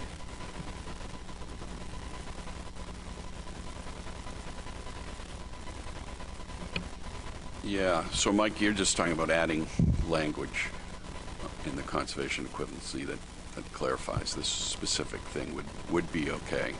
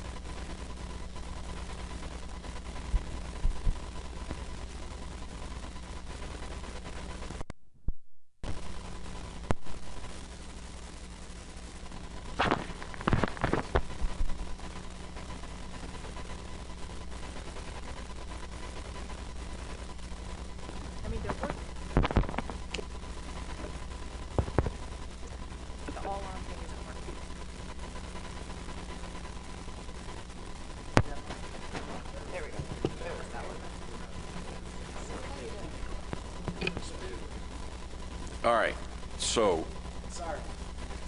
I'm not sure when I was cut off. So you would like language put in that clarifies that the mechanism that you talked about for conservation equivalence. Does anyone have a problem with adding that in? Seeing no objection, that will be added by consensus. Okay. Let's see. Mike, Doug, you're all set? At some point, I have a question to add as a modification to the conservation equivalency for clarity, but there may be some people ahead of me. Okay. I just have Adam Malsky. Thank you. So I think at this point it's clear that the motion on the board needs to be amended to reflect as modified today, given the changes that we've made so far, beyond just the addition of the options. But as I referenced earlier, I would like to see a change to the document that would add 2 columns to the tables where the removals are to identify both what portion is coming from, what that option offers as a reduction in harvest and as a change in discard mortality would be helpful. I would also like to see some language change in 2.2.5 under socioeconomic impacts. Specifically, the first paragraph, the second paragraph talks about that there's expected negative short-term impacts, but the long-term impacts will be positive. I think most of us around the table agree with that sense in theory, but the reality is what we've experienced is that when we continue to take these changes, there is a loss of interest in the fishery, particularly on the recreational side. There is a loss of infrastructure that often occurs on the commercial side, and there aren't many cases in the last 10 years in particular where we're getting back what we hope to. Again, I think in theory we agree with it, but I would like to see something added to these sections that reflects that there is an anticipated loss of interest in infrastructure that may not allow the long-term expected benefit to be reaped as expected and as outlined in this section.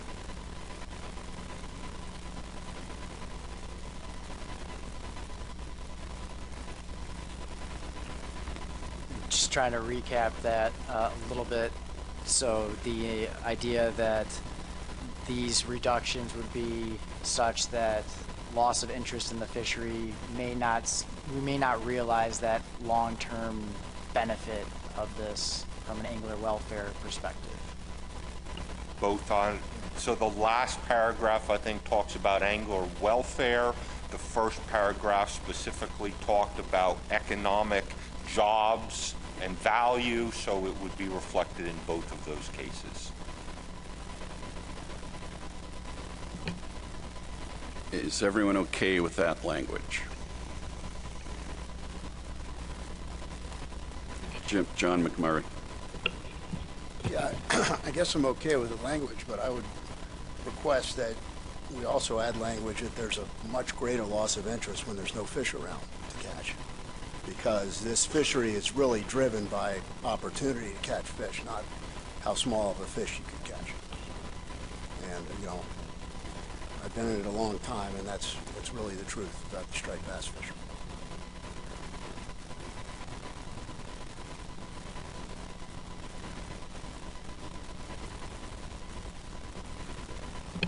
Well, I'm not sure how to deal with that, John.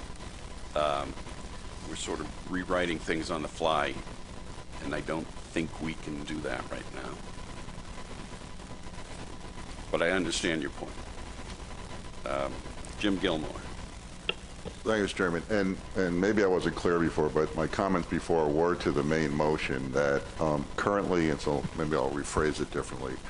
Currently, the document says that conservation equivalency measures for the Delaware Bay or the Delaware River would not have to be resubmitted.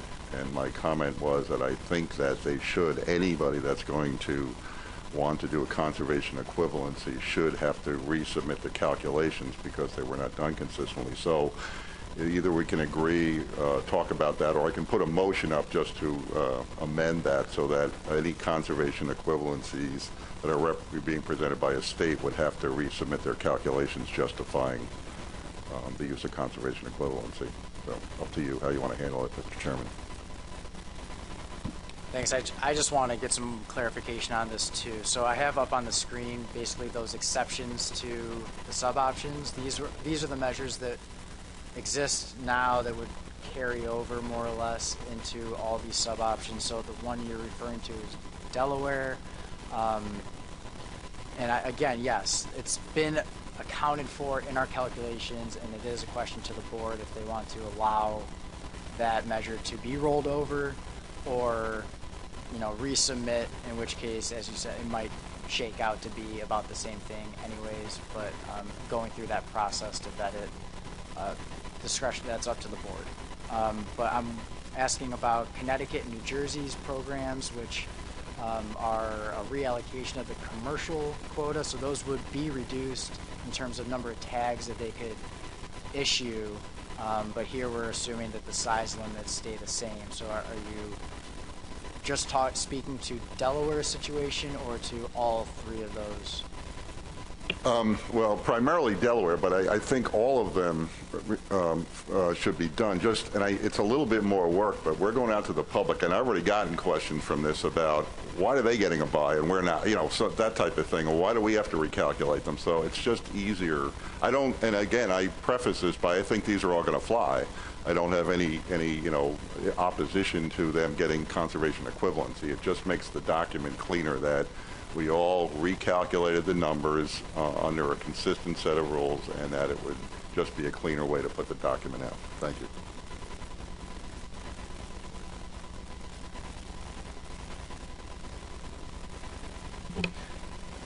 Any objection to what Jim is proposing? Let's do it. Michaels. Thank you. Well, it's just a matter of backing those numbers out. Those numbers are reflected in this analysis. that was put forward, right, by the PDT. And so so how are we going to back those numbers out then to accommodate for them? And, you know, if it provides any assurance that this is a summer slot and to date it only affects resident males in the system and wouldn't affect the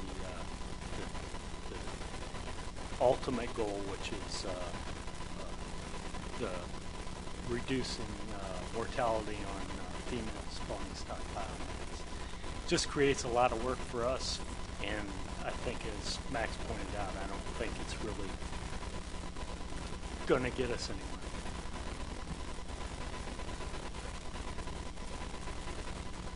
Right. Just from the technical side of, it would basically be just a standard state conservation equivalency program. You have all of the data available to show that during this segment of time, if you still allowed that harvest, you would still see the same reductions that you would see just from going to the whatever new set of reductions is put into place for the coast, that having that slot fishery would still give you on a statewide level the same % reduction that we're seeing from all of the other,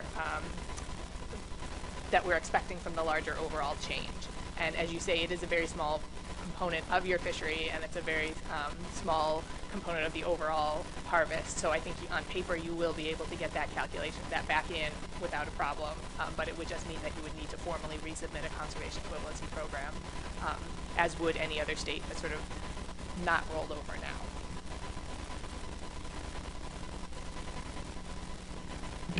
So go ahead, Jim.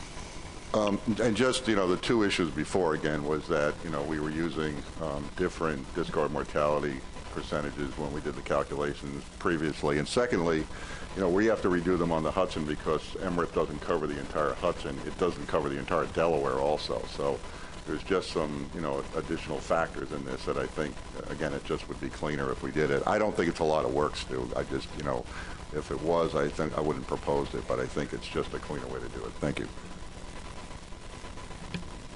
Well, so it doesn't look like we have consensus on this, so it would need to be a motion, I guess, Jim. You ready? Move that all states planning to use conservation equivalently should submit justification for each proposal in the addendum. Oh, just for each proposal. Leave it at that.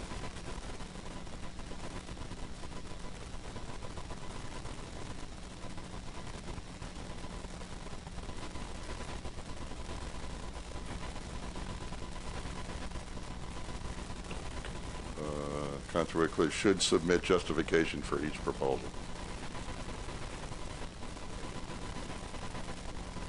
Okay. All states planning to use conservation equivalency should submit justifications for each proposal.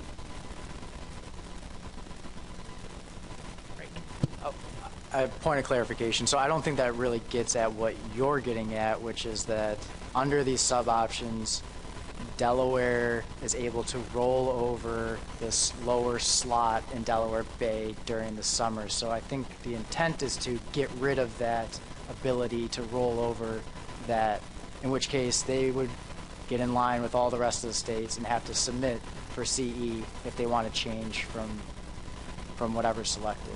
Is that? So do you just want me to remove a motion to remove that section? Was that easier? I think so. Okay. Kirby, if you can just say a motion to remove, I don't know what the I don't have it in front of me, but remove it from the draft document.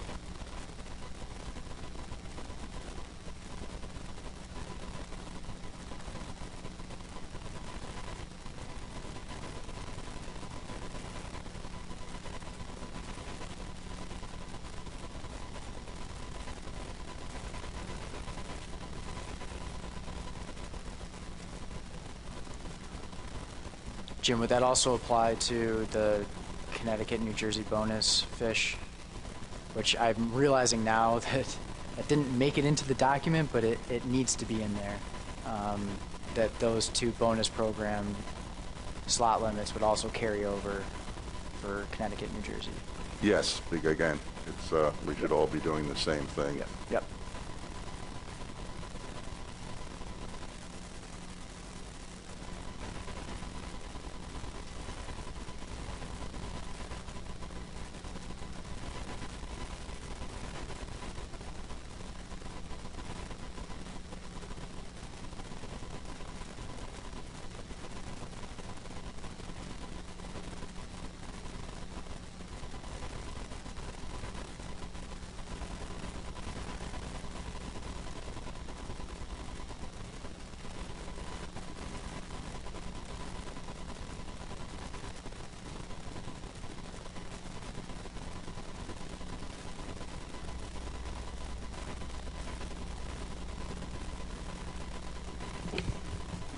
Is that it, Jim?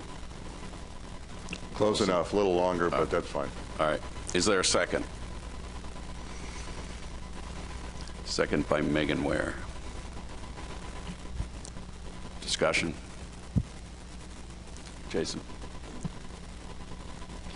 So I'm trying to catch up here. I'm not sure I've completely understood what's going on here, but so maybe I'll say how I'm understanding it, and that is we're now asking, there was a comment in the draft addendum that kind of gave a pass to a couple of states because they've had conservation equivalencies that were approved at some point that have kind of propagated through time.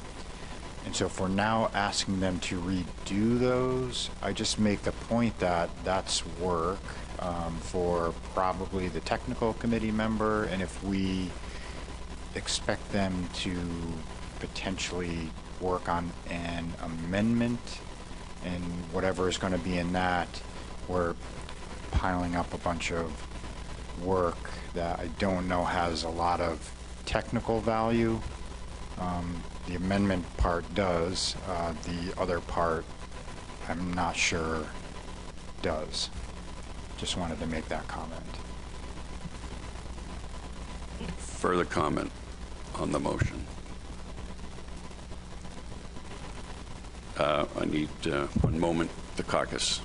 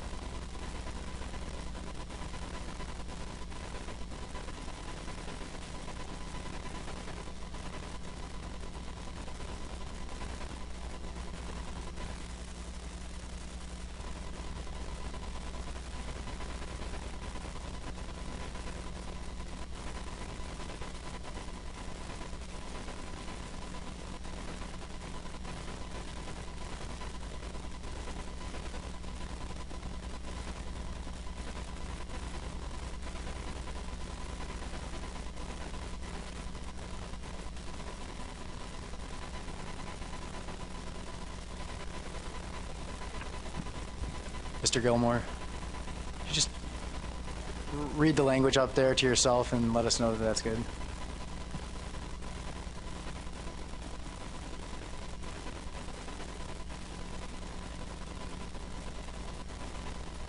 Yeah, that's fine, if Megan's okay with it.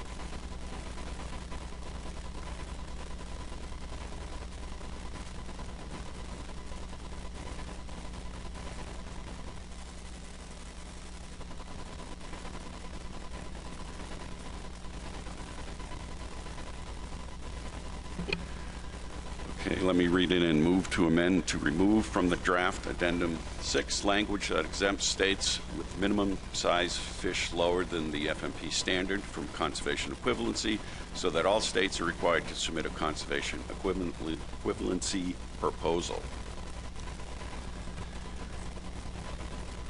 Roy Miller. Thank you, Mr. Chairman. I'm requesting clarification of the motion. We've discussed 2 specific measures for conservation equivalency, the Delaware Bay slot size and also the Connecticut and New Jersey trophy seasons. The way this motion reads to me, it's non-specific for whose proposal we're talking about. Is that the way I'm reading this? In other words, does it also encompass Maryland's Circle Hook, an educational program? In other words, do you have to re-justify any pre-existing conservation equivalency program that you had in place under Amendment 6? Thank you. So based on whatever measure is selected in the end, all states have to come forward with CE in order to put in alternative measures to that selected measure. The three examples in the document that sort of rolled over existing CE would now be wiped clean by this statement. So there's an even playing field for everybody in all regions and fisheries now. And to add to that, the things like the Circle Hook provisions and the education are not, so these regulations cover specifically the sizes. In this case, Maryland's 19, depending on the regulation that was chosen, the 19 for Maryland and the 20 for everybody else in the Bay. If that option is chosen, that would stay, as would the associated Circle Hook or educational provisions as well. If we go for the Bay, everybody goes to 20 inches and we change, and we put in a slot, Maryland, if they wanted to go back to the 19-inch, would have to resubmit that conservation equivalency proposal as well. So they're not grandfathered into the specific calculations the same way that some of these other coastal or ocean fishery minimum sizes were.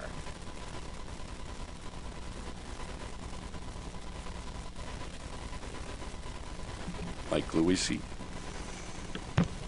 So that I need to be absolutely clear. Whatever's selected in the addendum, there will be an option selected at some point in October.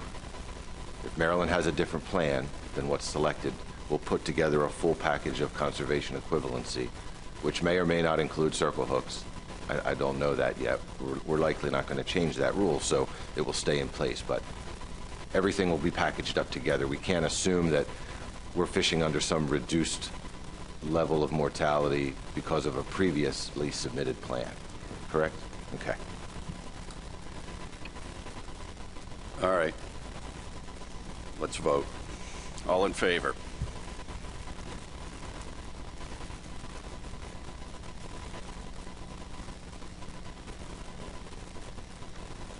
Okay. Opposed?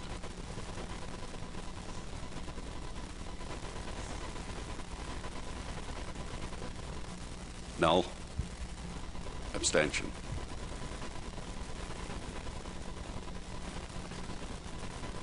Motion passes 11-4. One abstention. So that brings us back up to the next motion.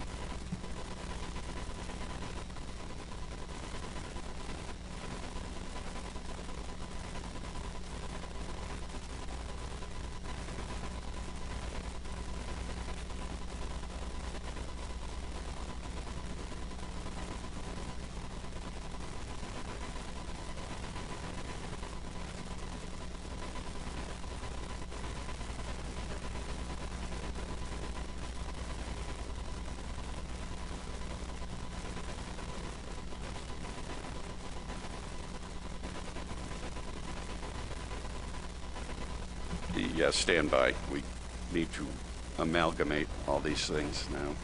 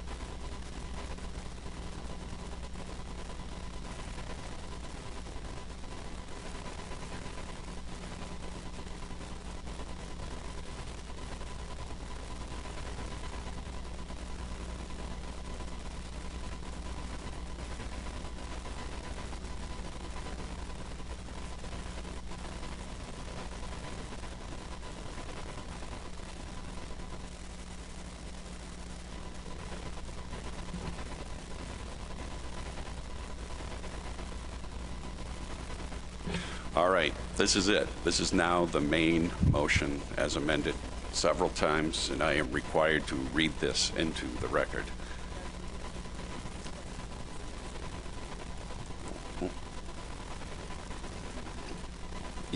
Let me read it in first. Move to add two sub-options under section 3.12-A4 and 3-A4 to include a slot limit with a 30-inch minimum size limit and a maximum size limit that meets the required reduction for the two different sections. Remove from draft addendum 6 language that exempts states with minimum size fish lower than the F&P standard from conservation equivalency, so that all states are required to submit a conservation equivalency proposal and adopt draft amendment 6, addendum 6 to amendment 6 of the striped bass F&P for public comment as modified today. Period. Doug. Thank you, Mr. Chair. And hopefully what I'm going to suggest here won't require a motion. I'm looking at in section 3.2, we have a couple options where we're either going to mandate the use of circle hooks or promote the use of circle hooks. And what I'd like to have for clarification in there is the fact that we're talking about the use of circle hooks when fishing with bait for striped bass. Because quite frankly, if you put a circle hook on a fly or a lure, you aren't going to get the reduction you're looking for.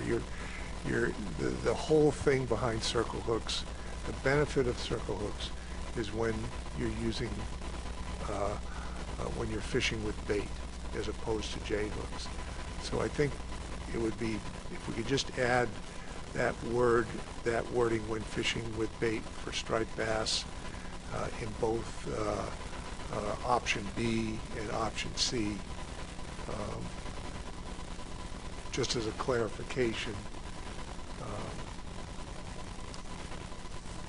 I think there'll be some benefits behind that going out to the public. Just to clarify, so as it reads, option B, for example, implement regulations requiring the use of circle hooks when fishing with bait. That's the place where it would go in? Yeah, that's fine. Or you could say circle hooks as defined above when fishing with bait for striped bass. Either way is fine. Yeah, either way. And the same thing under C, the use of circle hooks when fishing with bait for striped bass. David Merrimont. Thank you, Mr. Chair. If it needs a second, we'll second that, and if it doesn't, I support that. Any disagreement with adding that in? Seeing none, we adopt it by consensus. All right. Are we ready to vote? Yes. I'm going to, Patrick Paquette, would you...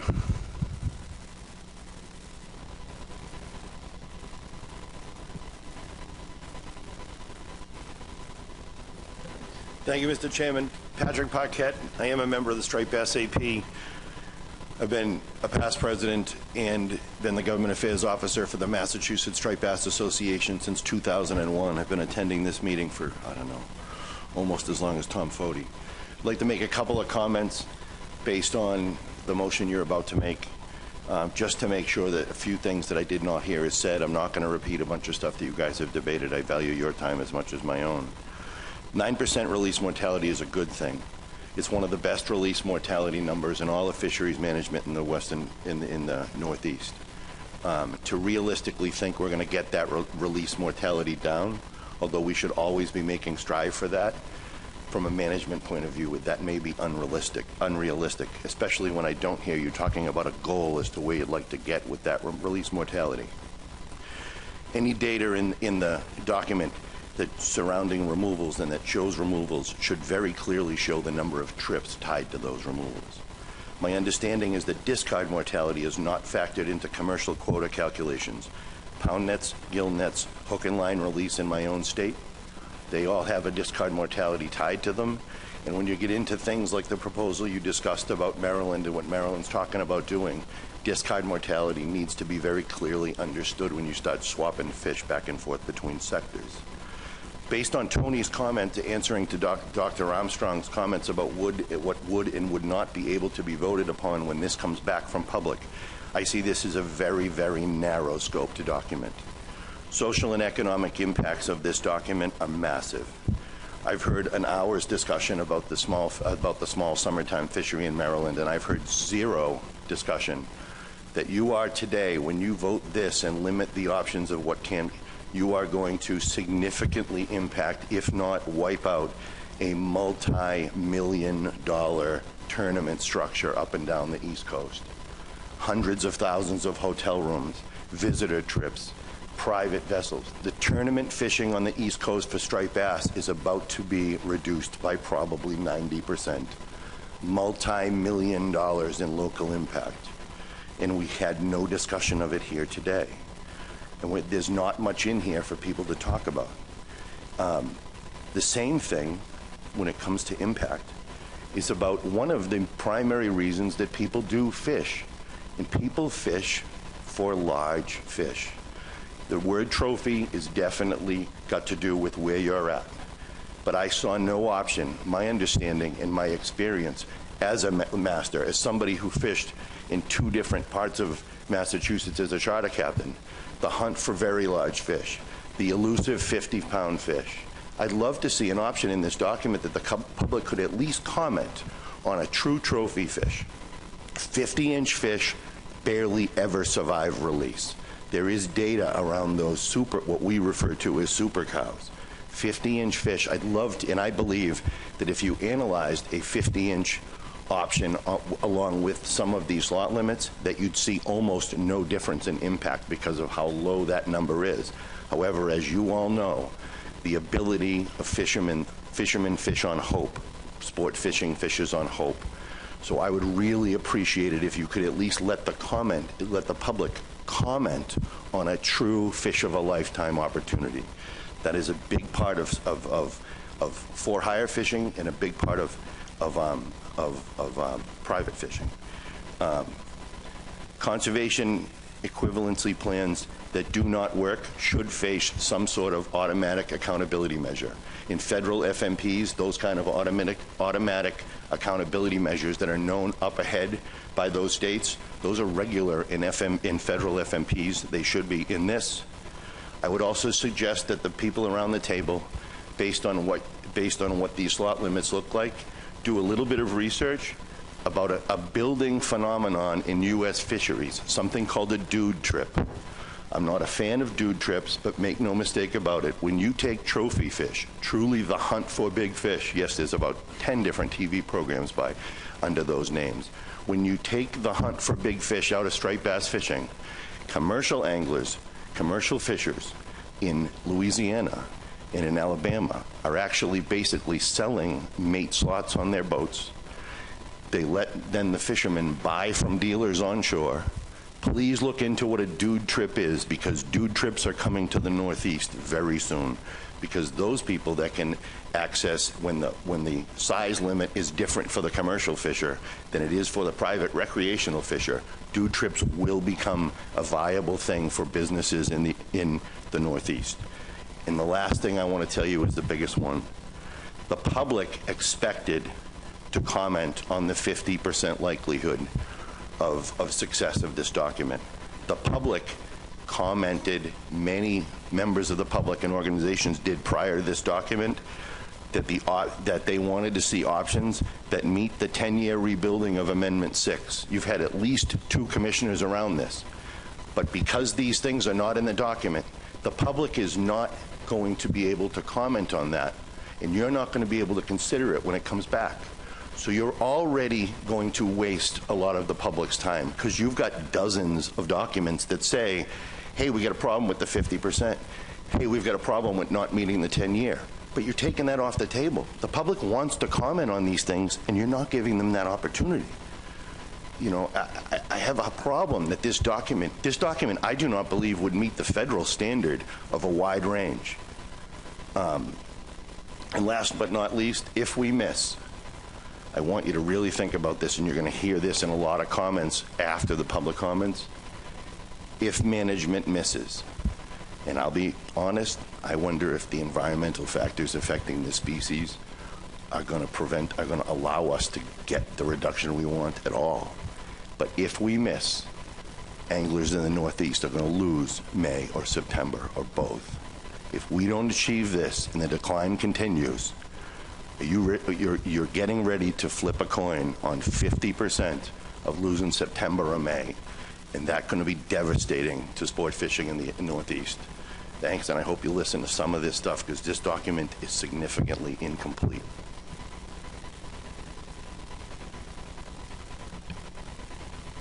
Yes, sir. Briefly, please.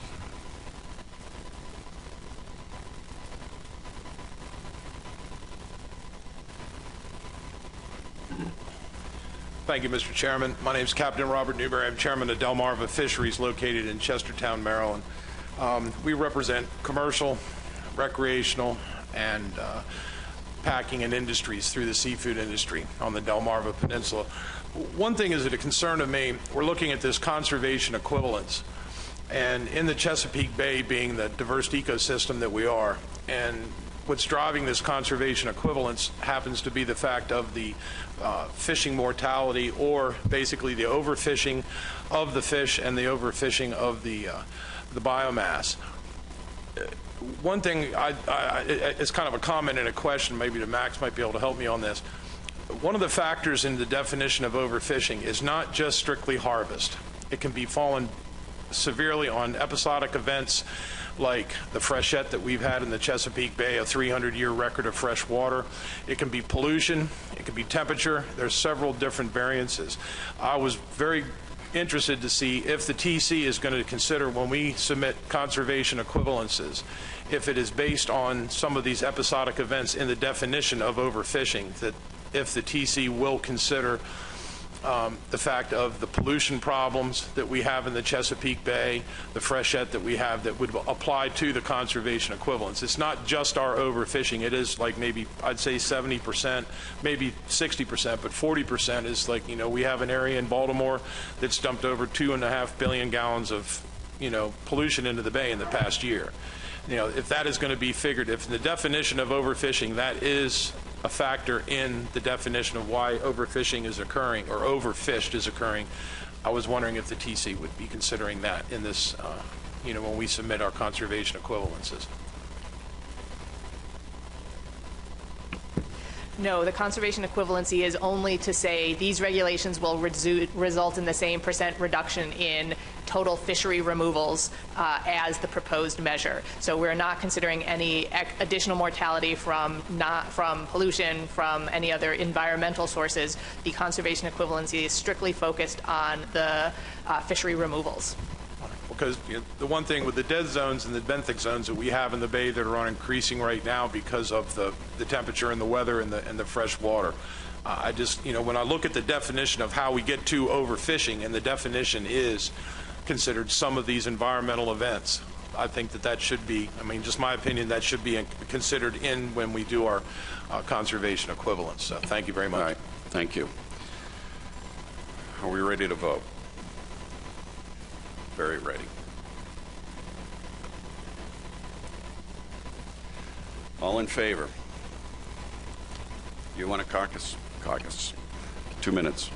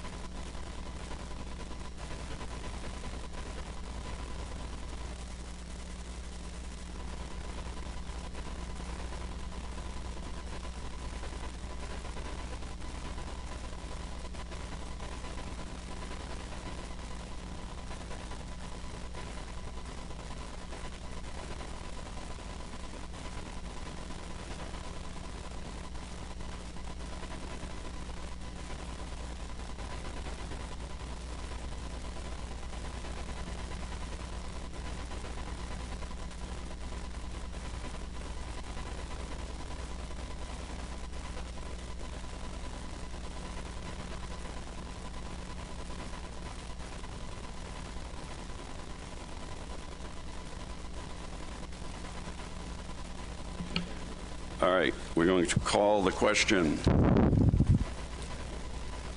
All in favor?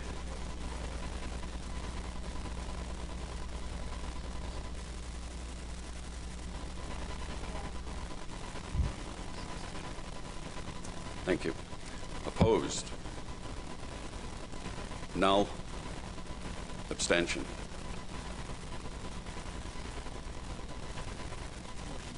Motion passes unanimously.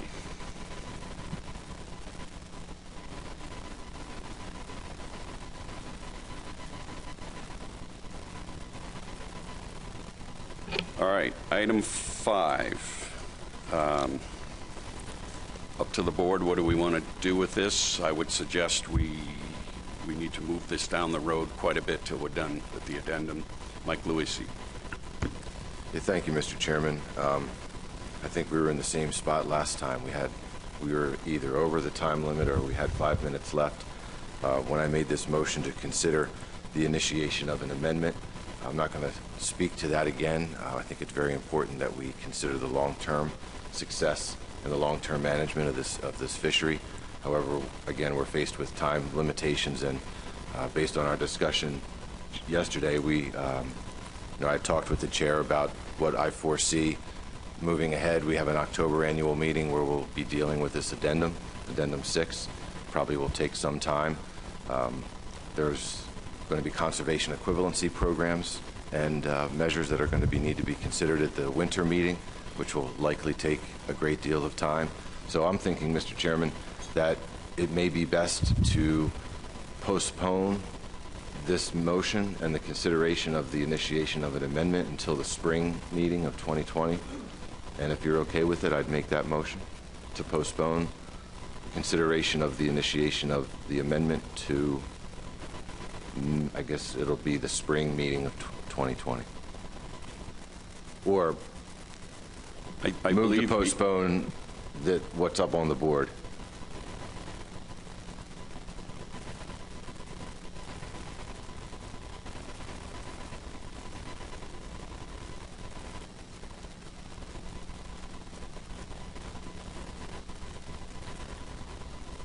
I mean, so the intent of the motion originally was to wait until Addendum 6 had kind of cleared the decks before we begin the discussion.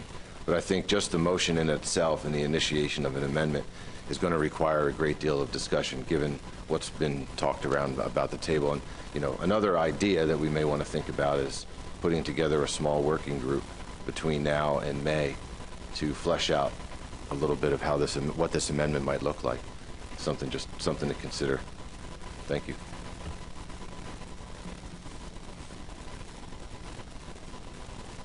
Is that enough of a motion to do what we need to do? All right. Is anyone opposed?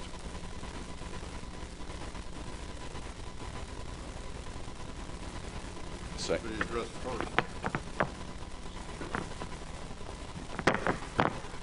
We have a motion to amend. I believe that should be addressed first before the main motion. I may be incorrect, but that's my assumption.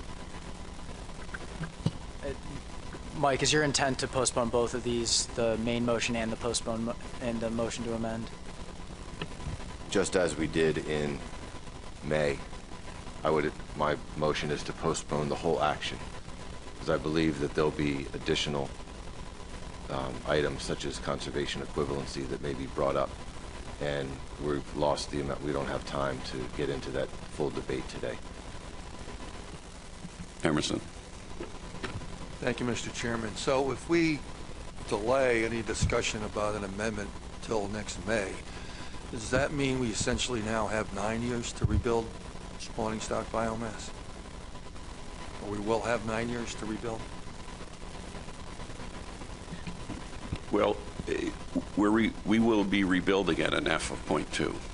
It's just become more and more clear as time goes along if we can do it in 10 years. So it's not like we're getting behind the 8 ball by delaying it for 6 months or whatever.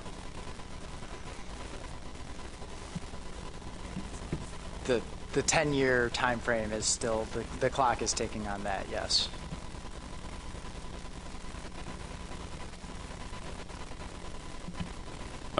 let's have a vote on the motion. All in favor? Can we have 2 minutes for caucus, please? 30 seconds. Yes.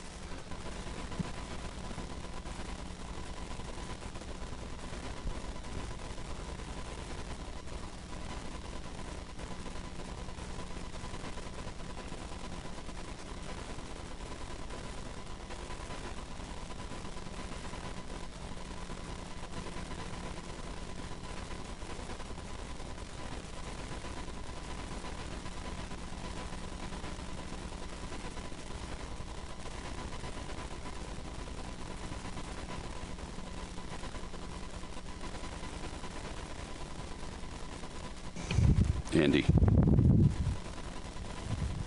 Could I, before we take a vote, could I add a comment or ask a question? Sure. Do you want me to wait until they're done caucusing or just jump in? I think we're done. Okay. So thank you, Mr. Chairman. So this brings me right back to where I was 2 hours ago. And so my concern then was that the addendum that we just approved going out for public comment was not going to address the spawning stock biomass part. I read the section of Amendment 6 that says where we're supposed to do that. Emerson asked the question, now we're 9 years and counting. And so we're going to go out to the public with only half of the story. What are we going to tell and convey to the public, either in the news releases that go out after today, or when we go out to the public in the next 2 months? Well, you have to wait until May or August or next year at the annual meeting before we actually do anything on the spawning stock biomass part. I cannot vote for this in good conscience, although I know that we have no time left today, that there's no time afforded for it at the October meeting. I can't support this in good conscience because I'm helping to contribute to violating what's in Amendment 6. So I have to vote against this for that reason, and I want that on the record. Thank you. Thank you. The reason we're going this route is because an amendment would be 6 months or a year from now. And so we're starting rebuilding now. We have a projection that gets us to 95% of the SSB target in 10 years. And we'll be above the trigger in 4 or 5 years. So we're being very progressive, and we have to relook at it and make sure we hit it by 10. But we're coming very close, and we're moving forward in management quite a bit with this addendum. Yes? Just a brief follow-up, and I'm not going to be argumentative. Only that when I recapped what I thought Max said was that what we just passed was dealing with the overfishing part, but was not dealing on the spawning stock biomass rebuild. That's what I understood. And so that is not gelling with what I'm hearing right now. So, and I'll stop at that. Thank you, Mr. Chairman. Tom, yes, let's vote. Are you all ready? All in favor? Raise your hand.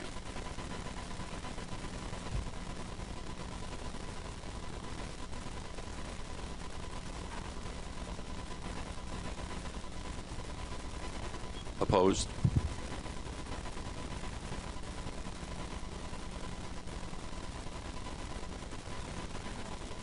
Null? Abstention?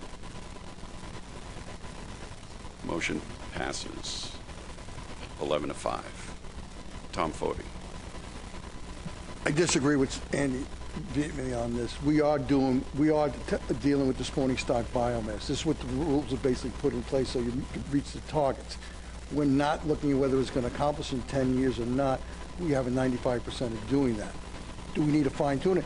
You also forget that we got hit with a bunch of data, and I've been sitting around this table a long time, and I said to Dirk before, I said, what's going to happen 3 years from now when they reevaluate what they just did with MREPs and tell us, well, we were wrong here, we got to change here and change here, because they've done that to us over and over again. So we should be taking a right path. And again, we need to deal with hook and release mortality.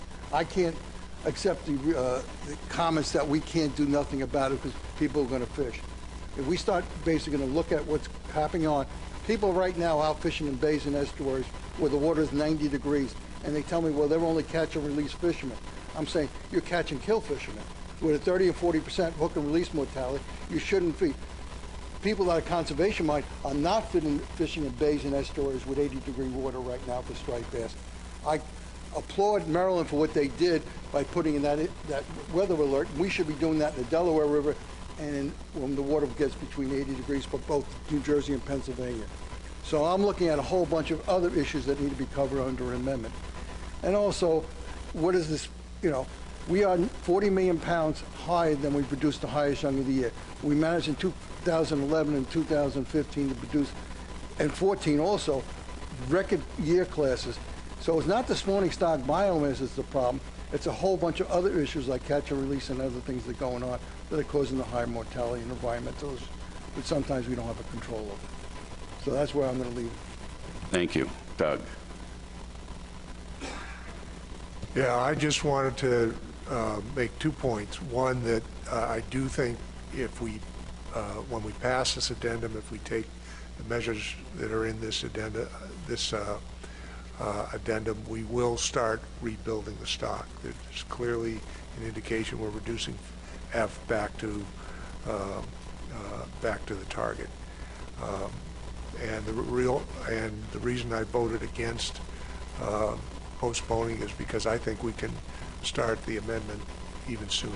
I think we can start discussion at a minimum in January. And if I was still going to be here, I might make another motion to try and unpostpone it. Well, we're thankful about that, Doug. All right.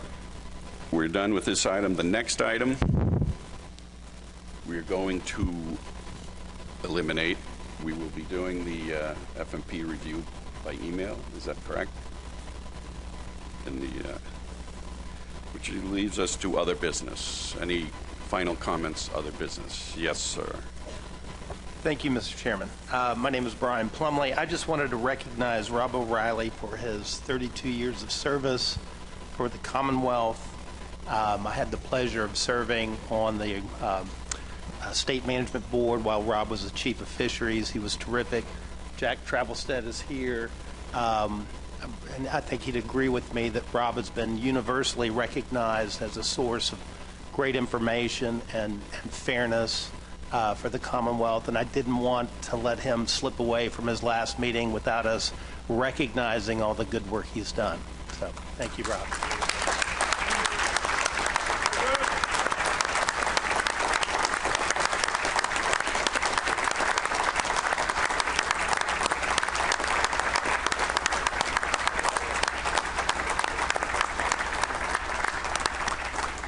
And just so he can relax a little bit, I want everyone to know that applications close out on Monday, so please submit.